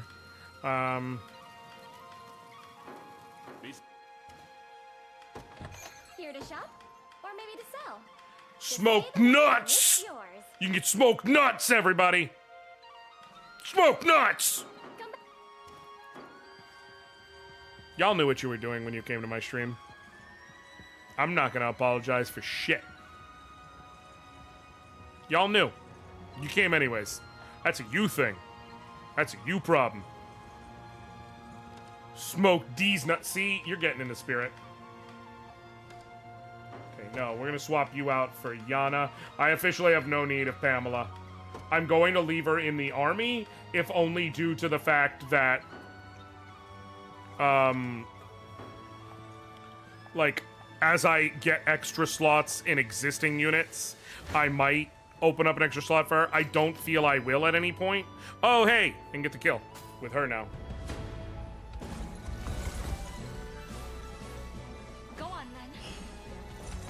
Sweet. That feels like a waste, but it's fine. Hold fast. Consumed by... I have you. I see why. So the issue was that that one tank in the front was going to make too much problem for us to take him down. There's no reason to remove generics from your army. Yeah, it's just out of principle kind of thing. Like, it's not because I think it benefits me even slightly. Okay. I don't want to start a whole nother battle at this point. My God, do I love this game. I want to say thank you once again to the wonderful and wonderful folks at Gamesight who have been working with me on all of the Sega and Atlus releases I've been playing this year. What is the new one? Witches of the Swamp. Ooh, I like that. They also, again, provided me with Like a Dragon Infinite Wealth to start the year. They've been wonderful. I really, really appreciate you guys so much, and I hope to continue working with y'all. So, a reminder, I am not streaming tomorrow for Mother's Day. I'm going to spend that time with my mom. I would like to say, anyone, if you know, there are people for whom Mother's Day is a tough day. I get it. I understand entirely. You know, if you need a message, if you need to talk, anything like that, feel free to reach out. I'm here. So I'm not streaming tomorrow. And this week is officially when I start my going into Tuesdays being a personal work day for videos and things like that. So I will be back on Thursday. Sephi and I are probably going to change the game we play, by the way. We've been talking about it. I'm probably going to keep playing FF8 on my own on the side because I do want to replay it. But we just don't know how it feels as a stream game. And we've been talking, and there's some other cool ideas we're looking into. So we'll probably end up changing that. But we're not going to tell you what until we get there. Monday, day after tomorrow, May 13th, I will be dropping a new video for everybody. It is me talking about a game that has not come out yet that I thoroughly encourage people to play, and I will be doing a giveaway with that video. Okay? I will be doing a giveaway for a free Steam copy of Like a Dragon Infinite Wealth. Brand new game. If you go to the store right now, if you try to buy it on Steam, I'm morbidly curious. Let me pull up Steam. How much is it if I try and go buy it right now? Like a Dragon Infinite Wealth. $69.99. $69.99 if you try to go buy it on Steam right now. And I'm giving that away for free. All you're going to have to do is watch the video and leave a comment on the video. Basically, and I will give a prompt for what the comment's going to be, but all you're going to have to do is watch the video and leave a comment. Everyone who does is going to be entered to win, and I'm going to give it away on Friday. So, thank you for the follow, Trekkie140. I appreciate it. So that video is dropping on Monday, and Anoriand got the review of BB Stardust. I wish it was something like that. No, it's something that's got me very excited, especially because I'm playing a tactical game. It's not a real-time strategy game, but it is a tactical RPG as well as a roguelike. It hits all the right pleasure points for me, y'all, I'm telling you. And it's a game that hopefully y'all will be able to get into the beta of so you can check it out, and I will have information on how you can do that. So, like I said, please keep an eye on that. I'll be dropping it Monday. I will be putting it on social media when I drop it. I'll be putting it on Discord, all that good stuff, so you'll keep an eye out. And all you're going to have to do is, like I said, watch the video, leave a like on it or whatever, but leave a comment on the video about whatever the prompt, whatever I'm going to state the prompt is, and you will be entered into the video. Okay? Or entered into the contest. And so, free copy of Like a Dragon Infinite Wealth while talking about a dope upcoming game. It's going to be good stuff. Thank you all so very much for hanging out with me. I love y'all. I appreciate y'all. I thank y'all. Until next time. I'll catch you later, fam. All right.